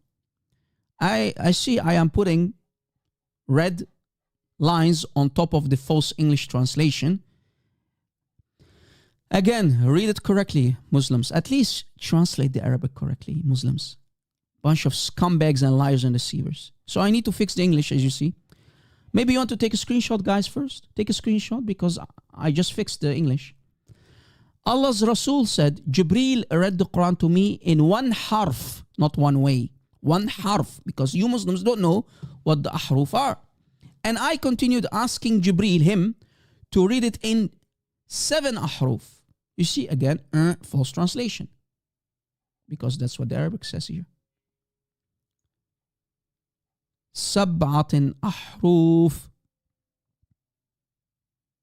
7 أحرف 7 أحرف 7 أحرف. What are the ahruf? Allahu A'lam, nobody knows. But they will lie in the English translation and call it styles or ways or dialects. Scumbags. That's not what the Arabic says here. That's not what the Arabic says. Aywa. So if we go back to the book that I have here for you on the screen, maybe you want to take a screenshot. It says that the opinions differed. There's disagreement in opinion. اختلفوا الأقوال في in the way the Quran was sent down in the 7 أحرف على 7 أحرف. And it says that there are 40 opinions. Look, 40 قولا. So when Muslims say, when someone like Fifi, Sister Fifi, says the Quran came in 7 modes, he's lying. He's cherry picking. He is literally choosing from one of these 40 opinions. Do you see what Islam is, guys? Please, I like this meaning. Let me cherry pick it. What do you mean modes? What do you mean styles? Your scholars disagreed what the ahruf could have been. So guys, never accept from a Muslim when you talk about the 7 ahruf, which are, by the way, not the 7 qira'at or 10 qira'at. Guys, don't confuse, please, for the love of God. Please, do not confuse the 7 ahruf with qira'at, or the readings, as they call them. Don't do that. Qira'at are not ahruf. Ahruf are not qira'at. Nobody knows what ahruf are because Muhammad did not explain it in the hadith, as you see. He only said, Jibreel gave the Qur'an to me in 7 ahruf. Ya Rasulullah, please tell us what are the 7 ahruf. No answer. Emotional damage. So they are literally showing you their opinions. It's an opinion. So Islam is nothing but an opinion. Islam, the religion Islam, is nothing but an opinion. That's what it is. Islam is nothing but an opinion.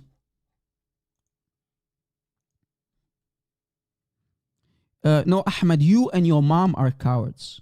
And your dad is a coward as well. I'm not the one timing you, you idiot. My admins are doing that. We have admins for it. And I have full trust in my admins. If my admins think that you cannot behave, you are acting like a puppy, you're acting like a troll, they will put you in your place. No problem. You think I have time to check out in my chat? I'm teaching here. You think I will care about what you have to say in the chat?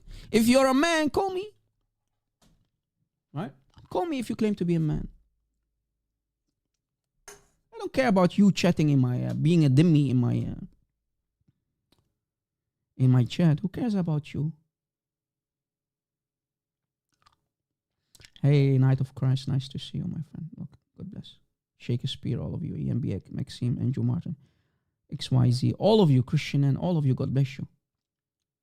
All of you in the chat, God bless you. Guys, when I'm teaching, I don't always look on my right because I have 2 screens.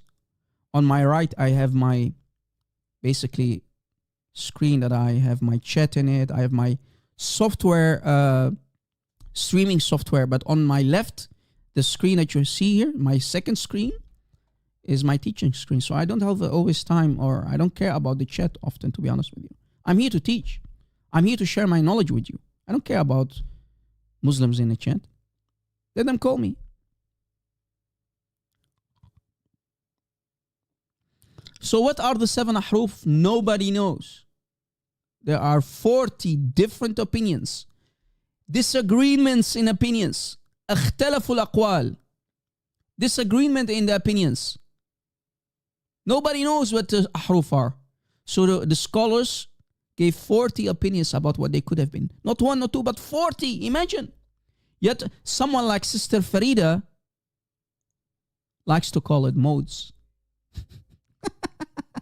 What modes? Where did you get that from? Well, you cherry-picked one of the opinions. Thank you very much. You see, guys, these scumbags and liars? Modes. Brother, it's modes. It's style. It's a dialect. What dialect? Where did you get it from? From Rasulullah? No. Did Muhammad explain what the 7 ahruf are? No. Did Jibreel explain to Muhammad what the 7 ahruf are? No. So why are you lying about the meaning of it? Why are you giving us your personal opinion about it? I want to know what the 7 ahruf are. No answer. When you do a deep dive, I'm a scuba diver. when you do a deep dive, I'm a scuba diver. things get very, very When you take a deep dive, things will become awkward. Mr. Scuba Diver. This is what Islam is, guys. Islam is the opinion of scholars. In front of you. You see how easy it is to make shish kebab out of this religion? Man, I wish, brothers and sisters, I truly wish that I can go live more often. Because my live shows, as you see, glory to Christ, my live shows are damaging. And Muslims, I'm talking to the sincere Muslims out there who are listening. I love you, brothers and sisters in humanity.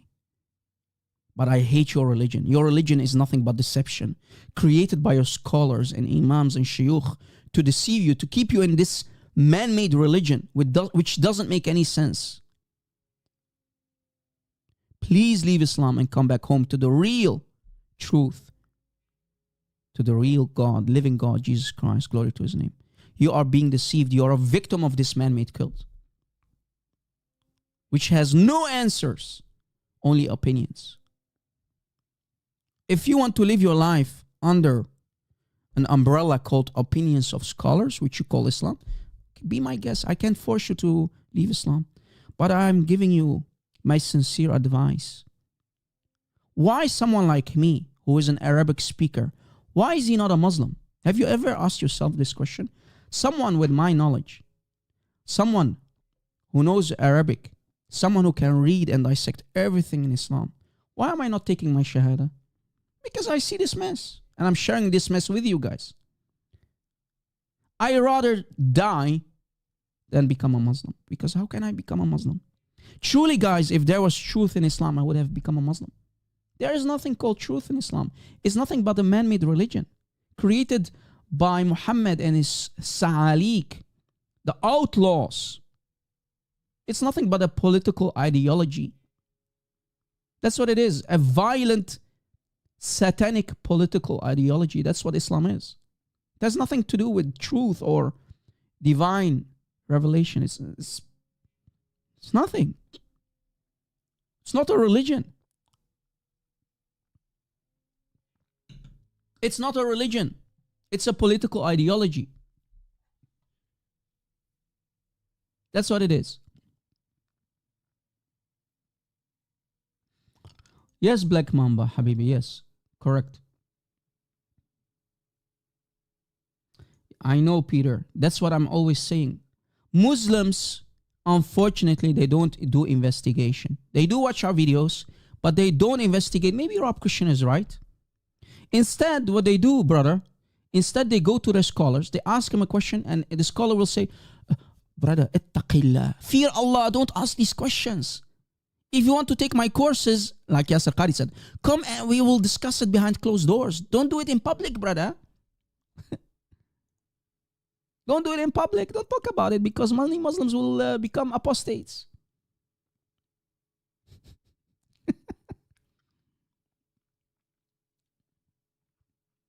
Yeah, exactly, guys. Embarrassing, bro. This is what Islam is. They have no answers. They know they don't have answers. They know there are mistakes. They know there are grammar mistakes, spelling mistakes.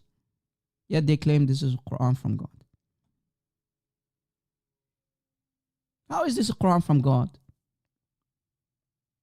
And why does someone like me need to fix the English? In the English is, which is a lie, nothing but a lie. Guys, never ever trust Sunnah.com. Sunnah.com is a bunch of written, a website made by liars and deceivers. Don't trust it. Look what a mess it is. Someone like me, a kafir like Rob Christian, needs to fix the English, because that's not what the Arabic says. Do you see it, guys? When Rob comes out, Muslims get spanked with their false translations. What are the 7 ahruf? Allahu alam. 40 different opinions that conflict. اختلفوا الأقوال. When the Quran came down in 7 ahruf. What are the 7 ahruf? We don't know. But we do have 40 different opinions of mortal men. Human opinions. Because Jibreel failed to give the answer to Muhammad. Muhammad never explained it. Yes, he's supposedly the walking, talking divine inspiration of Allah, according to chapter 53, ayahs 3 and 4. وَمَا يَنْطَقُ عَنِ الْهَوَىٰ إِنْ هُوَ إِلَّا وَحْيٌ يُوحَىٰ. Yeah, right. Where's the explanation of Muhammad?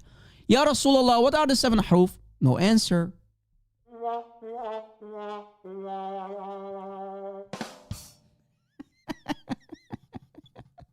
Any Muslim?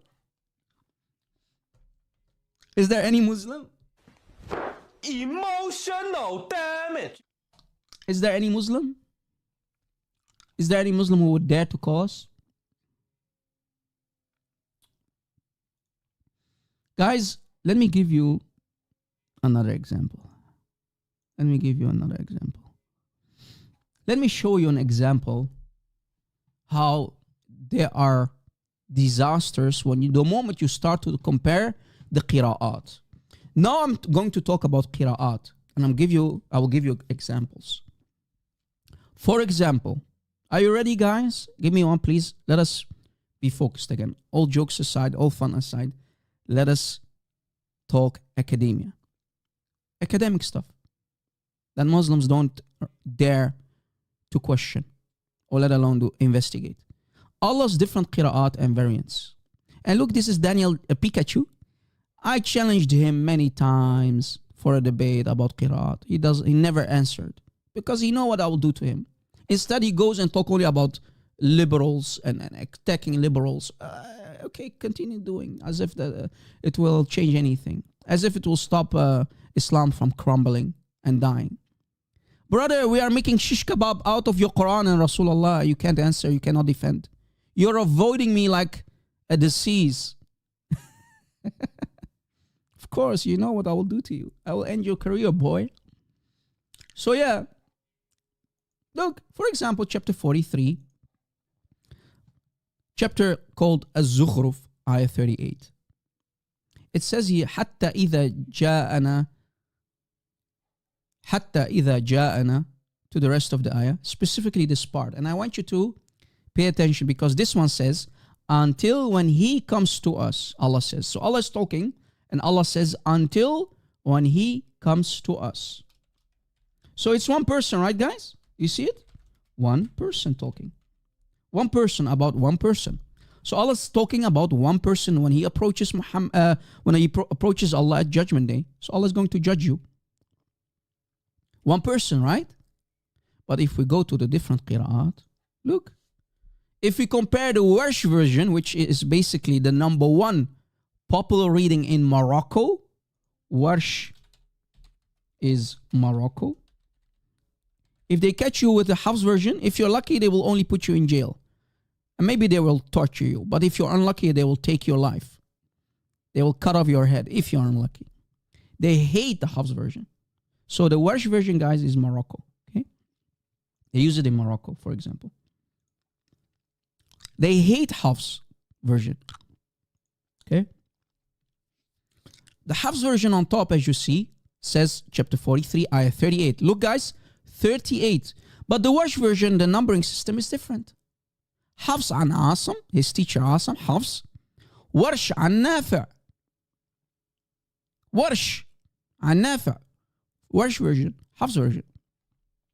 The numbering system for the ayah is the same ayah, but the numbering system is different. Warsh has, look at this joke, guys. 43, ayah 37. Versus Hafs uses a different numbering system for the ayahs. Hafs has 38. What the heck? What the heck? Numbering system fails. Variant in the numbering system. Differences in the numbering system. How is that possible? Anyway. But on top of that, as we showed you in the Hafs version, it says, حَتَّى إِذَا جَاءَنَا, one person. If one person approaches Allah on Judgment Day to be judged. But in the Warsh version, it says, if two persons approach Allah. Is it one person or two persons? جَاءَنَا, Hafs. جَاءَنَا. جَاءَنَا, one person. جَاءَنَا, two persons. How many persons did approach Allah? One or two persons? And how is this the same meaning? Muslims said, the qira'at don't change the meaning. Yeah, right, you bunch of liars and deceivers. Scumbags. Why are you always deceiving people? How is the Warsh version the same? Do you see why I call it versions and not qira'at? Qira'at is nothing but a lie. Call it versions. Don't call it qira'at, call it versions. How is this the same Quran? Is it one person who is going to be judged and who will approach Allah?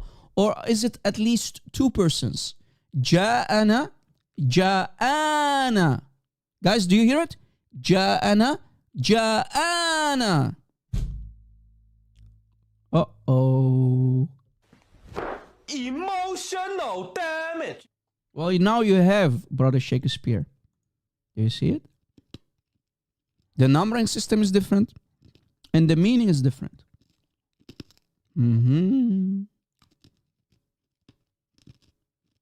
So, which of the qira'at which of the two qira'at here on the screen are on the heavenly tablets, as they call them? Heavenly tablets. Tablets of Allah. Which one of the two? Which one is on Allah's book in heaven? Which one? Tell me, Muslims. Is it the Warsh or the Hafs? Which one is the eternal one? Exactly, Brother Christian. God bless you. Which one is the real Quran? Is it Ja'ana or Ja'ana? Two persons. Do you see, guys, how it completely changes the meaning? One small tiny vowel. And here you see the daggerish alif again implemented. Right? Ja'ana, Ja'ana. Longer. Ja'ana, Ja'ana. Ja'ana, one person. Ja'ana, two persons. You see, guys, why Arabic-speaking Christians are the ultimate weapon against Islam? Please, guys, support us. Support us. Download our videos. Share our knowledge. Use it. We are here and we will stay. We are here to stay. And no Muslim can silence us. Pray that more Arabic-speaking Christians, guys, will do what we do. Imagine what 10 Arabic-speaking Christians can do, guys. How many people can you literally count? Brother Christian Prince? Brother Ahmed ex-Muslim who knows Arabic? Me? How many people are there who are doing this in the English section of YouTube or social media? Not many. They don't dare. Guys, let me be honest with you. The Arabic-speaking Christians who migrated from the Middle East, they don't dare to do what we do. Why? Because automatically your life is in danger. Your family and your children are in danger when the moment you speak against Islam. If you show your face, you're doomed. You can't visit the Middle East anymore. I, Rob Christian, I will never be able to go to the Middle East because that's where I'm originally from, right, guys? My life is in danger, automatically. So this is my sacrifice for you guys. This is my sacrifice. I can go back to the Middle East. I have family there. But my life is in danger. The moment I set one foot in Middle East, I'm done. Why? Because you cannot critique Islam and get away with it.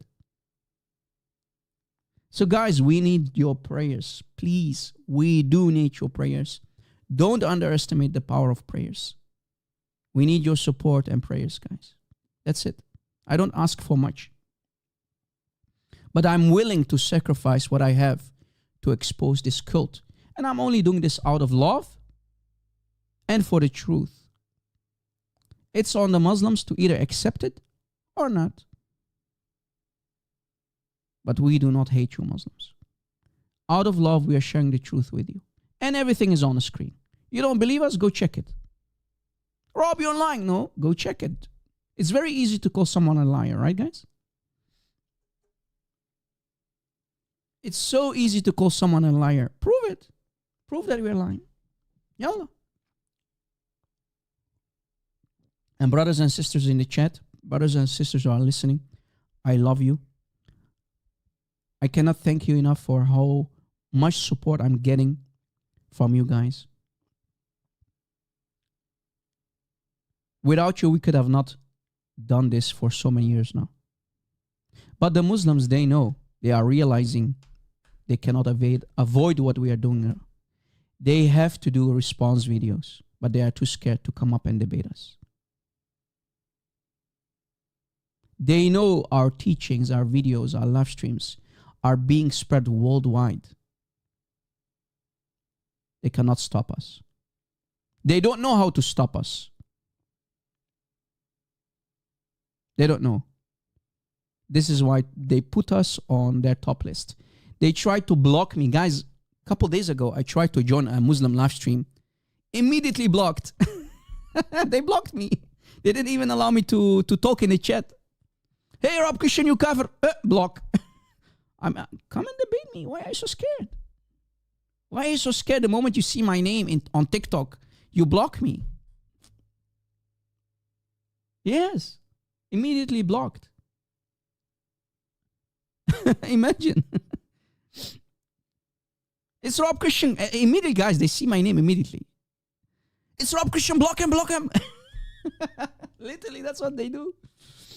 That's what they do, guys. For the people who don't know, or maybe they didn't see the video, let me show you something.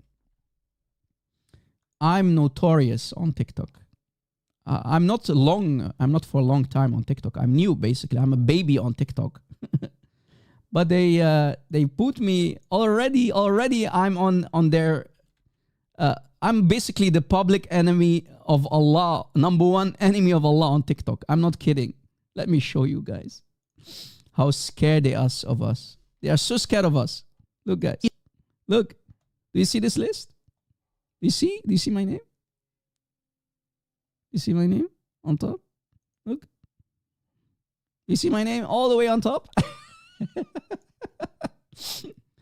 Whenever you see Rob Christian, block him. Block Rob Christian. You see? All the way on top. Unbelievable. And by the way, this is the same guy, guys, who put $1,000. Maybe you've seen this video about the Pact of Omar that I uploaded a couple days ago. This is the guy who put $1,000 on the head of our brother, our dear brother and fellow warrior, Ahmed ex-Muslim, Brother David. He is the scumbag. He lives in the United States, in New York. And he put literally $1,000 for, if someone can find Brother David, to unalive him. And he will get $1,000. Look at these scumbags. Bunch of terrorists sitting together. And he was even showing his gun, guys. This guy here, he showed his gun during this TikTok stream. I'm not kidding. They think that we get scared of a guy showing his gun. Yeah, we are very scared, bro. We are very scared of you Muslims. Idiots. You're idiots, bro. Bunch of idiots. Nobody's scared of you. I'm here. Come at Bibo. Yeah, guys, report these people. Jihadi boys. But I don't blame, guys, I don't blame you guys. I blame the West for allowing these people to be in their countries. They are literally infiltrating in the West and everybody's okay with it. Right? Any Muslim? Guys, do you have any question regarding to today's topic? Now the phone lines are open for the Christians. Please, again, don't call me when I am in the middle of the teaching Christians. Only and only Muslims are allowed to call. But like now, I'm giving you the green light to call me live on air. Thank you, brother, anti-authority, brother. Thank you. Thank you so much. Appreciate it. Thank you. Is there any Christian who wants to call in, guys? Maybe he wants to share something, or maybe he has a question. Okay. Hello, you're live on here. Hey, sir, how you doing, Mr. Christian? I'm just calling you back from earlier. I apologize. I didn't know the rules. It's okay, brother. But I just God have bless a quick question. Yes. Yeah, God bless you too, sir. Jesus Christ is Lord. Amen. Amen. Go ahead. And Muhammad is a false prophet. Amen. But I want to know, please, because every time I talk to them, they say now the Muslims that I try to talk to about this, they change their tactics. They say that there are no, and maybe you just addressed this, but I didn't fully understand. they were saying that there are no different Qurans. All different translations improve upon the other. Really? Yeah, like all the differences that you find from Warsh to Hops, they just improve upon. Brother, one what improve? translation. Look at the screen. Do you see the screen? Yes. Okay. Look how many Qurans you have. Not one is the same. Not one is the same. And this is the screen that Sister Hatun took. As you see, it says Hatun's original 26, now 37. And the number is growing. Right? Mr. Chris, I can't see all I see is the tree and the moon. Oh, you need to refresh. Maybe you need to refresh the stream. Okay. Yeah. Because I just put it. Not one is the same, brother. Don't accept any lie from any Muslim, brother. Of course, they're going to lie to you. They know you don't know Arabic. But I'm showing you literally. I just showed you an example moments ago. Right? Okay. Look. Yes. Here is on top, Hafs version. Do you see it? I still can't see it. Yeah, then there is something with your stream, brother. You need to refresh. Okay. All right. Do you now see it? Chapter 43, No. ayah 38? No? That's okay. But I'm listening. Yeah. It's from your side, brother. Let me know if the screen changes to 43, ayah 38.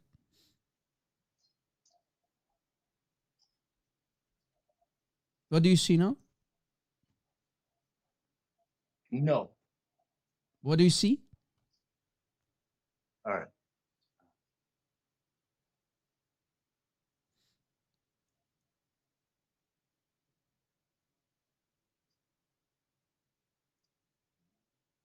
Hello? Yes, I'm still here, but something's wrong. I'll just listen to you from this Yeah, point go on, okay? down, brother. Sorry. Go down because we're not achieving anything. All right. God bless you. Thank you for your call. Okay. Again, maybe the guy has latency or something, or he's delayed. I don't know. I don't know. But anyway, guys, it's very clear. I mean, you don't need to be a genius to see it in front of you. How is this the same?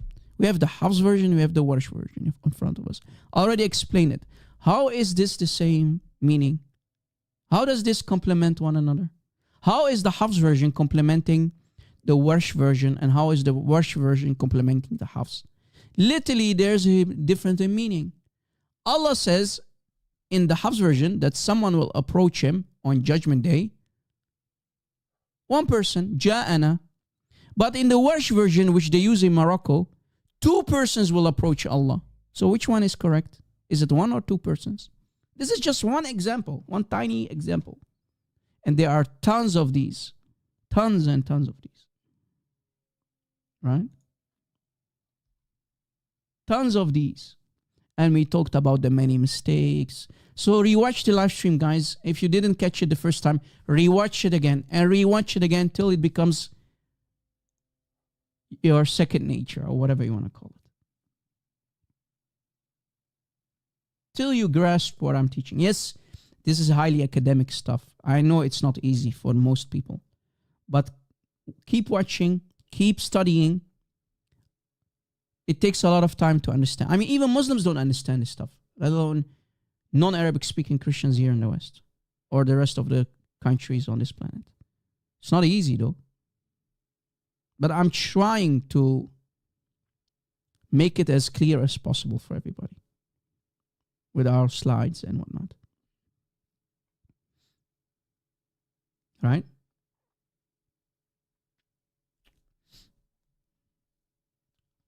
All of the qira'at, I mean versions, all of the versions disagree. All of them. There is not one similar Quran. Not one.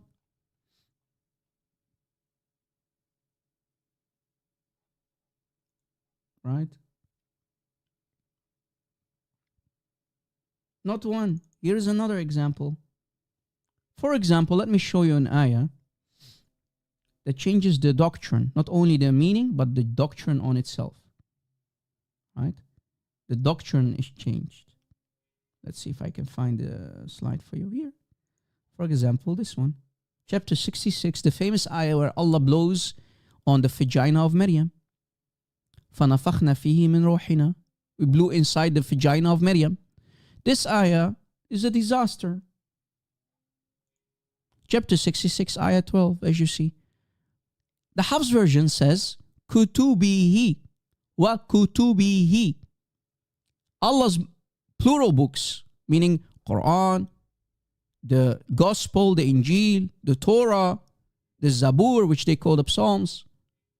Yet the Qalun an Nafi' and Warsh an Nafi', for example, talk about only one book.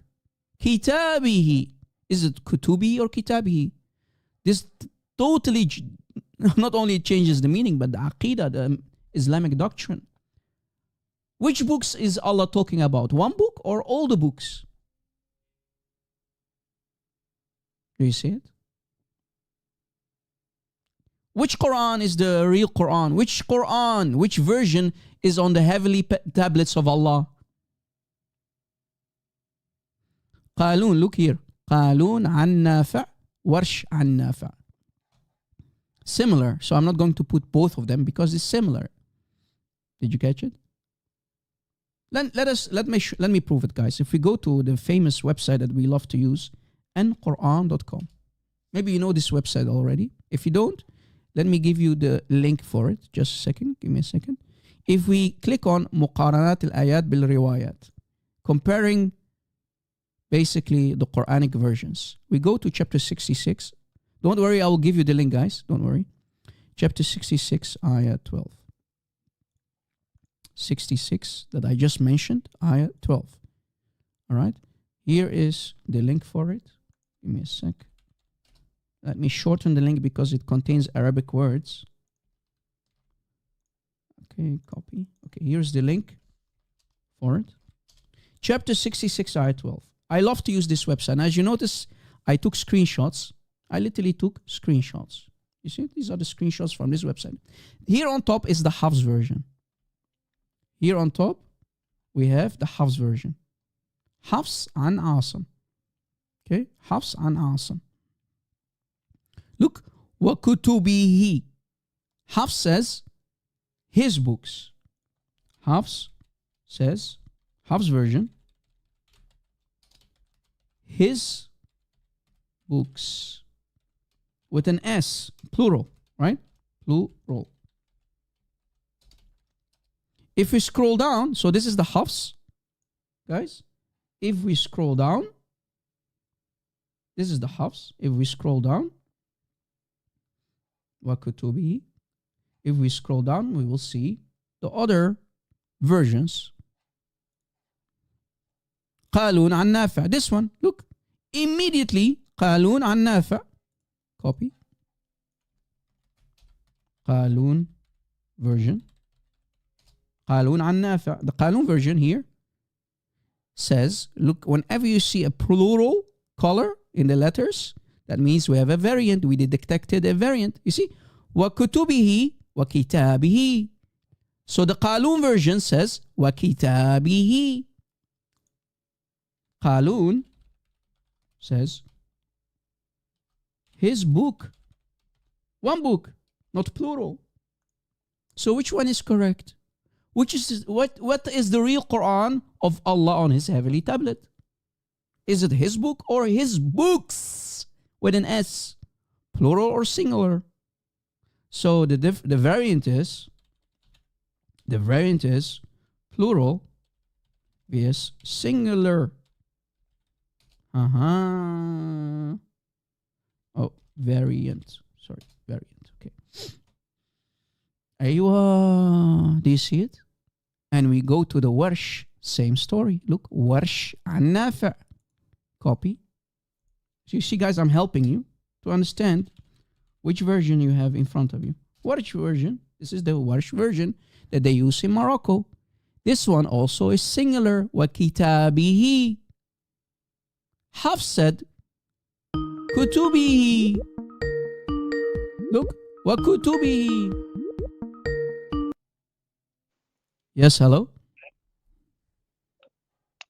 What's up, Rob? Hello?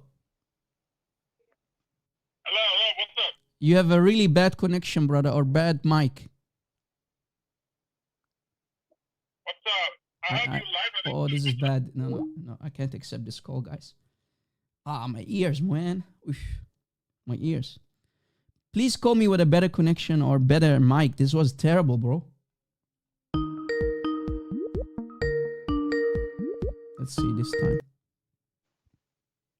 Hello, brother. what's up, Rob? Brother, I can't accept your call. Your mic is terrible. Can you hear me, Rob? We gonna run now? Donkey! It's ultimate fart. I knew it, bro. This guy will try any tactic from the taqiyya of Allah's book, the makr of Allah's book, just to... He's so desperate, man. Brother, newsflash, I'm not going to accept your call. We're done with you. You idiot. I knew it was him. You see, guys, they will even use a voice changer.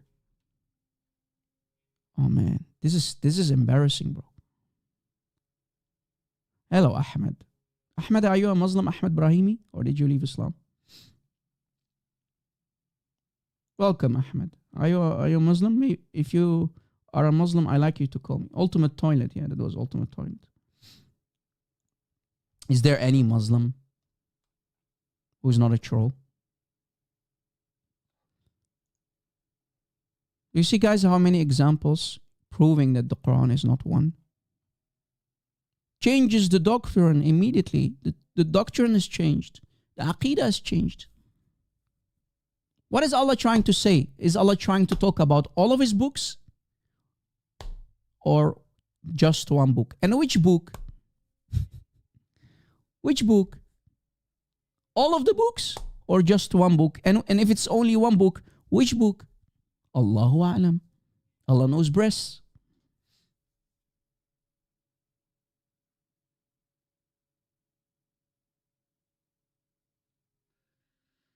The ultimate fart guy is a waste of time.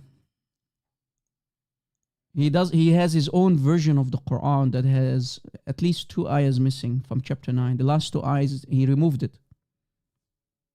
He follows the Quran of Rashad Khalifa. Waste of time. His Quran is even more worse than the Quran of Hafs. You're an ex-Muslim. Oh, congratulations, brother. I'm happy for you.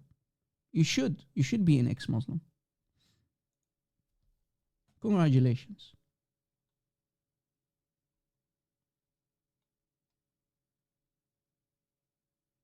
Yeah, I know, Sonika, I know. He does that to CP as well. I keep blocking him and he keeps creating new accounts. I mean, imagine, guys, you have nothing better to do than create accounts just to troll. That's it.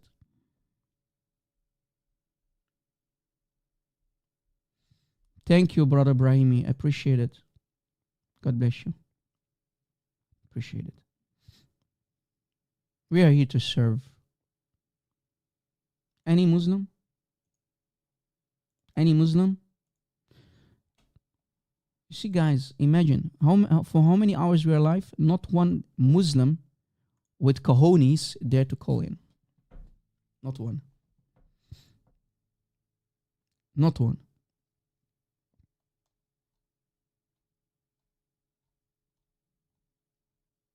Not one dares to call in. I know they are watching, but not one dares to call in. Why is that? Amin. Amin, Habibi Bshayna.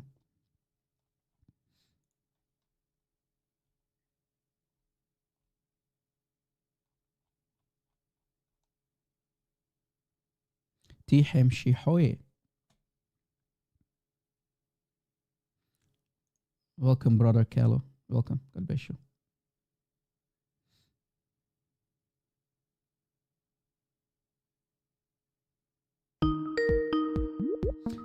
We already did many, Peter.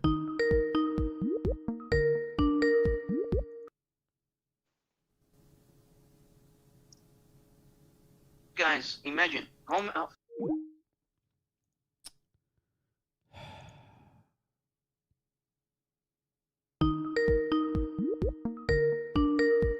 Really, bro?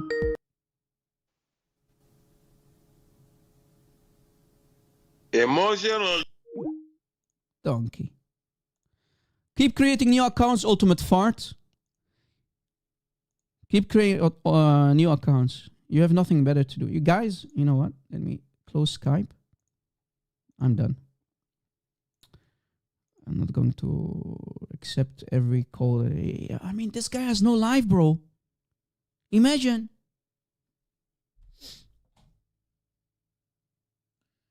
I think the Shia did mut'a with his mother. That's why he's so triggered. The Shia did mut'a with his mother. That's why he's so triggered.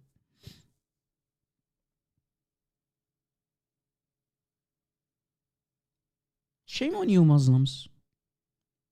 Shame on you.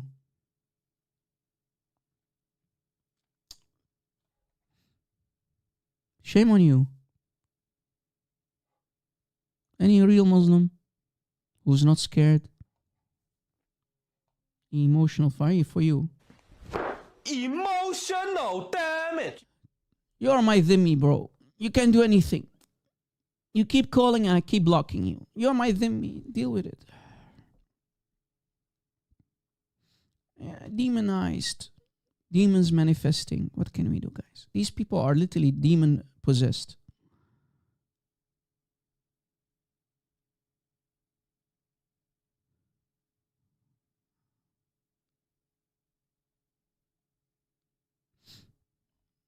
Yeah, Peter, what was your question again? Let me scroll up. You said, please do a live stream about Paul. We did many, brother.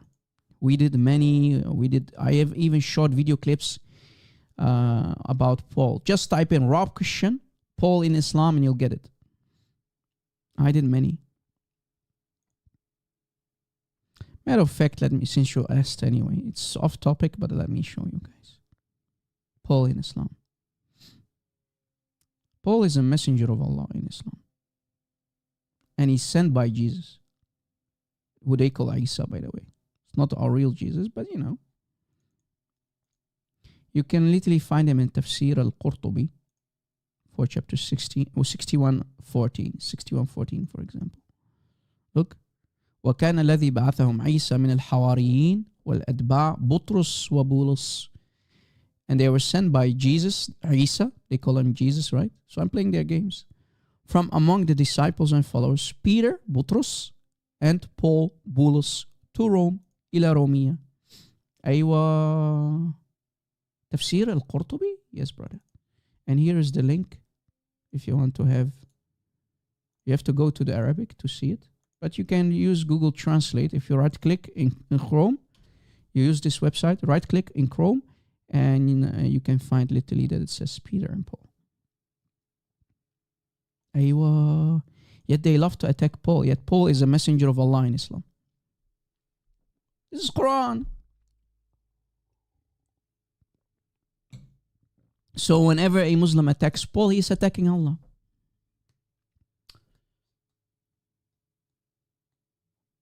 He's a former Muslim. Okay, congratulations, brother Peter. I'm happy for you that you left Islam and you're now a Christian. Right? This one is stronger, brother Peter. This one is stronger. This one is a stronger one than the one you are mentioning.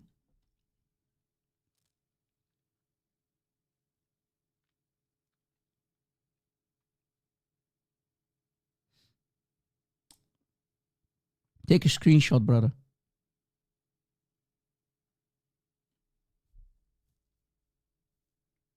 You never seen that one? Well, I'm happy that this is the first time, and maybe we should bring it up more often. I don't know. What do you think, guys?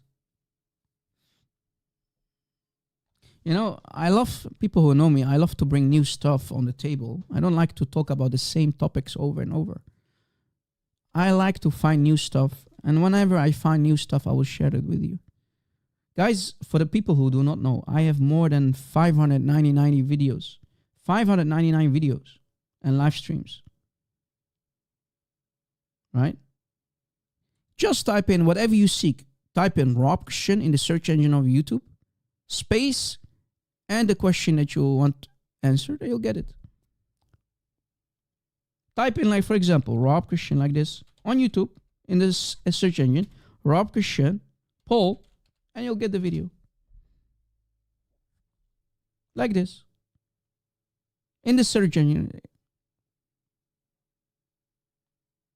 I've done multiple videos and live streams about Paul in Islam.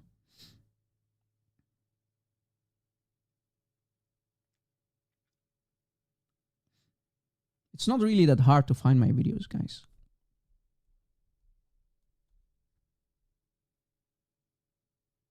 I'm happy to hear that, Cal.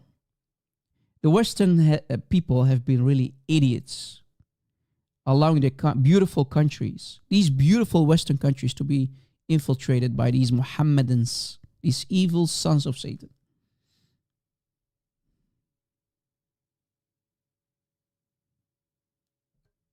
Tell me what they did bring good for with them when they entered Europe and the West. What did they bring except violence, taharrush, touching women? You remember that incident in Germany, guys? It was on New Year, right? People were celebrating New Year and they started to touch the private parts of women, thinking that Western women are for free. You can touch them. Yeah, taharrush. Right? Was it in 2015? Wow, time flies, huh? Yeah.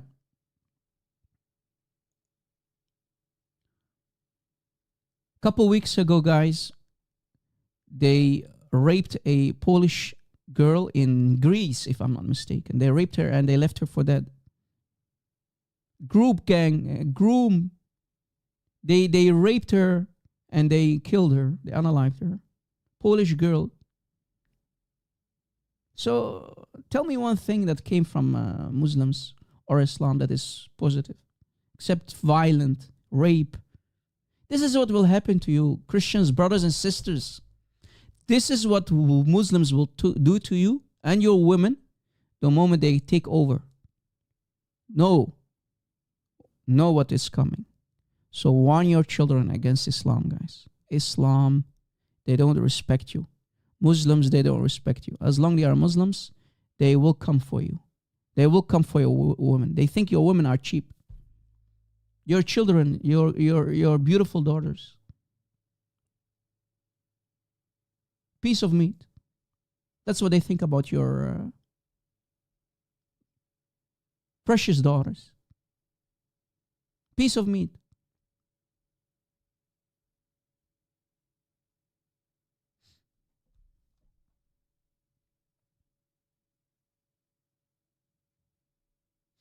Any Muslim? Challenge you to say, Rob, you're lying. Yalla. Any Muslim who dares to call in and say, Rob, you're lying about anything I said today. Wife beating, yeah, chapter 4, Surah An-Nisa, wife beating, of course. A woman in Islam is nothing but a walking, talking piece of meat. Even the Muslim woman. Did you know that, guys? Let me share with you a book that I found. What Islam teaches about women. Muslim women, forget about non-Muslim women, okay? I'm talking about Muslim women. Let's see what Islam teaches about women in Islam, okay? Let's see what fiqh, Islamic jurisprudence, teaches about women. Here is a book. I love this book called غذاء الألباب شرح منظومات الآداب. Okay? Book. Fiqh, jurisprudence. If we open this book, volume 2, Sunni book, look, here is the page. I have the entire page in front of me. Page 210, 210, 210. We scroll up. Look, in front of you.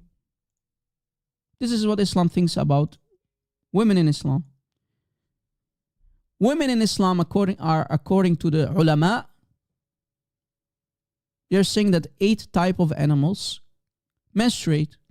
And the first animal that they mention are women, al-mar'a, a woman. وَالضَّبَعْ وَالْخَفَّاشِ, rabbit. And a bat, arnab, kelba, female dog, female horse, etc., etc. even a gecko. So a woman, as you see, guys, in Islam is nothing but a walking, talking vagina. That's what a woman is in Islam. A woman is vagina, to breathe from. She is a walking, talking vagina. She's an animal. There's no difference between a woman and an animal in Islam. She's not a human being. It's in front of you. A woman in Islam is nothing but an animal. This is why Muhammad said, your prayer will be cut off when a donkey, a dog, or a woman passes by. Now you get the idea where the scholars got it from. From Rasulullah, of course. She's only good for putting your penis in her. That's what a woman is. Walking, talking vagina. An animal. Do you see why women are allowed to be beaten? Because they are animals. If you beat your donkey, that's what a woman is in Islam. Like a donkey. You beat a donkey. That's what a woman is. An animal. Aywa. Emotional damage. Yet Muslims dare to say Islam respects women. Al-Islam karram al-mar'a. That's what they say in Arabic. Islam came to bring respect for women. What respect? Your scholars admit that women are animals. And they are comparing them with animals in front of you. With a female dog, a female rabbit, a female horse, etc., etc. It's on the screen.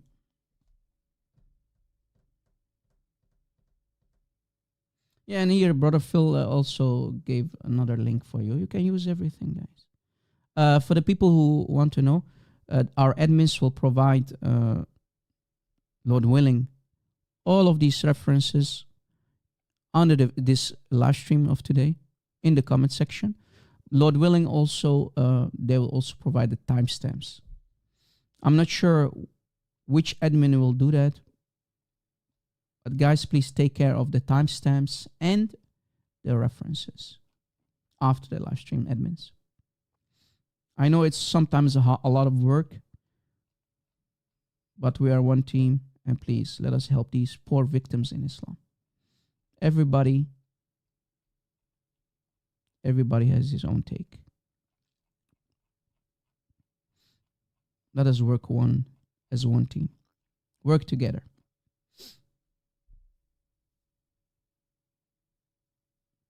Don't worry, Peter Hans. Even Allah cannot destroy my live stream. Remember, in the beginning of the live stream, I was getting a lot of errors, and I don't know what was going on. Still here, no problem. Let them troll. It's always on them. They are the losing ones, not us. They can troll as much as they want. Don't worry, I have a thick skin. Don't worry. Don't worry.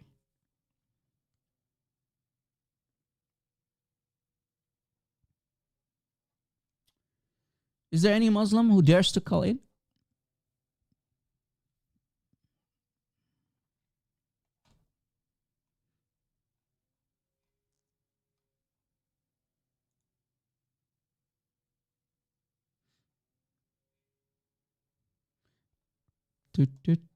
No Muslim?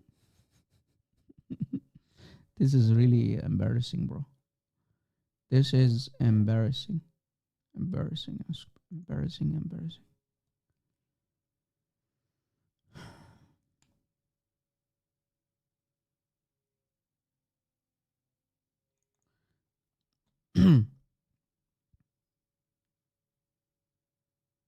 Guys, I want to share something with you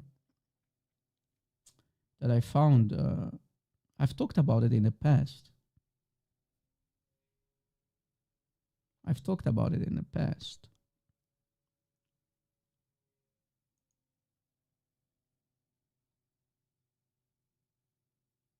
But let's talk about it anyway. Let us trigger some Muslims.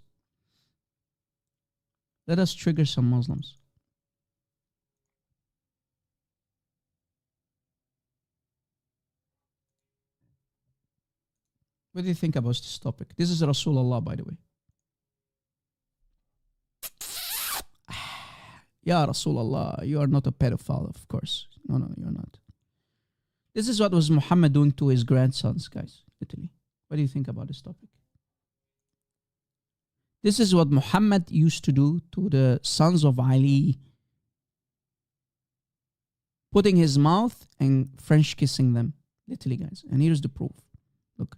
Here's a book called The Khar al-Uqba by Muhabbuddin Ahmad bin Abdullah al-Tabari. We open this book and we find a Sahih Hadith. Look, here's the entire page. Page 219. Chain of narration is Sahih. Here, Sahih. Okay. Look, we scroll up. Number 3. In the footnote, number 3. Like Ibn Footnote. Ibn Footnote, guys. Remember, Ibn Footnote took the footnote and he forced it into the hadith. That's what he did. And he called it a hadith from Umar. Yeah. So in the footnote, we see always if the chain of narration is Sahih. And you see the chain of narration is Sahih. And it literally says, Muhammad was sucking on the tongue of Hassan. Hassan. Sucking on the tongue of Hassan. And even the scholars on websites like Islam Q&A admit that the sucking of the tongue, Muhammad sucking on the tongue of Al-Hassan is Sahih. Look. وأما حديث مص النبي صلى الله عليه وسلم لسان الحسن فهو حديث صحيح. Boom in your face, Muslims. This is a normal thing to do for Muhammad? This is normal, Muslims? You want to follow such a prophet?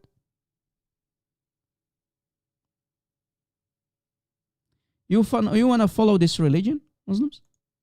You want to follow this prophet? You call this a prophet? Or a filthy pedophile, son of Satan? Do you suck on, if let's say your grandfather, maybe your grandfather, or maybe you have children. Do you do this to your children? Do you suck on their tongue? Sahih Hadith. And it's mentioned in many books, like in the Musnad of Ahmad ibn Hanbal, Hadith number 16,848. Mentioned in many books. Not only that, look what Muhammad did more, guys. Muhammad did more than this, yes. Look what he did to Al-Hussein. Look what he did to Al-Hussein. Let's see what he did to Al-Hussein, guys. What did he do to Al-Hussein, Rob? Well, he did something more awful. Let me show you. Here's another book. Al-Mu'jam al-Kabir. I have all the books, guys, don't worry. Volume 12, Juz' al-Thani Ashar. Volume 12 by At-Tabarani. On page 45, volume 12, as you see. Al-Mu'jam al-Kabir. Page 45. Here's in the entire page. Look. 45. And the hadith is Hasan wa isnadahu Hasan. Okay. Hadith number 2658. Let us go up. 2658. Scrolling up. 2658. Here is the hadith. Hasan. Okay. What did Muhammad do? Muhammad was kissing the penis of Al-Hussein, the other son of Ali.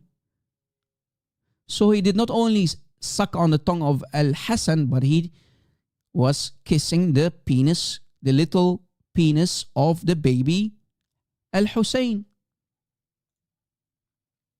Translation.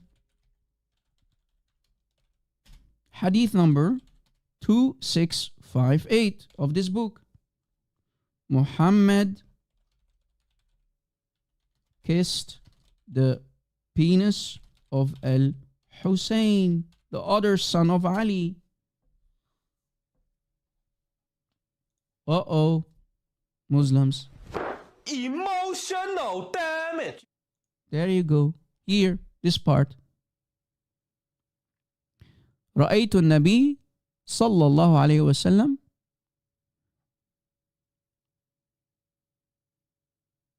وقبل زبيبته of al-Hussein.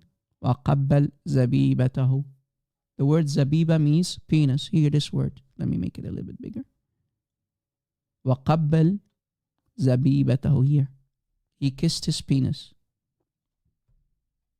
He kissed his penis. These are your books, Muslims. You see it? How is Muhammad? Question.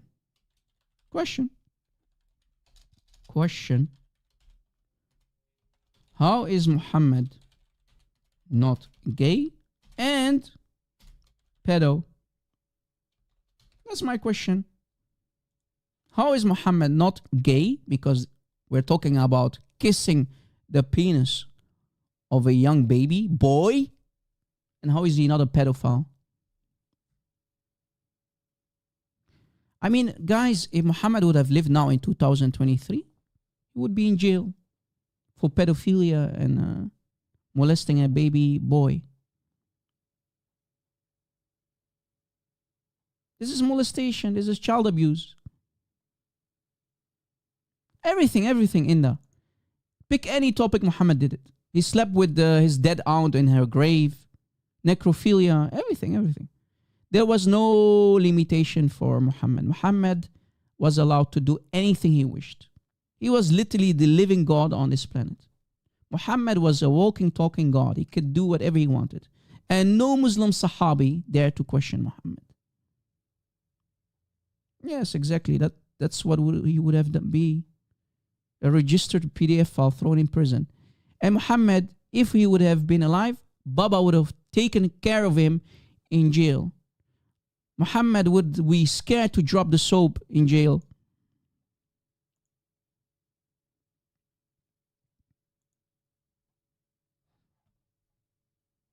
Disgusting.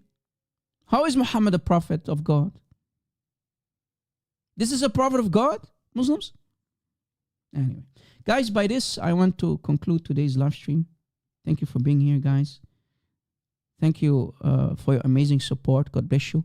I hope you benefited from today's live stream, brothers and sisters. Also the Muslims, the sincere Muslims I'm talking to. I do not hate you, Muslims. Literally, I love you. This is why I'm doing this. I'm showing you what your books are saying about your Prophet. I'm showing you what your books are saying about your Quran. We do not hate any Muslim. We pity you. You are a victim of this cult. You are a victim of Muhammad. Please leave Islam and come back home to the real God, Jesus Christ. Not to the child molester Muhammad. Drop him. He's a fraud. He's a fake. He's a child abuser. He's a pedophile. He's a homosexual. Drop Islam and come back home to the real God. God bless you guys. May Jesus, our living Lord, the living God, bless you. Bless your children. Go with the peace of Christ. Drop Muhammad and come back home. Like always, every knee will bow, every tongue will confess that Jesus is Lord and Muhammad and Islam is a fraud. God bless you. See you very soon again, guys. Peace of Christ to all of you. Bye-bye.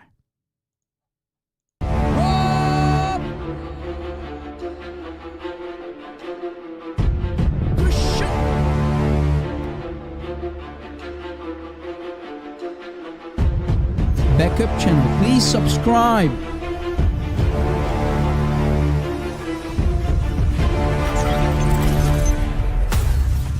Did you subscribe, guys?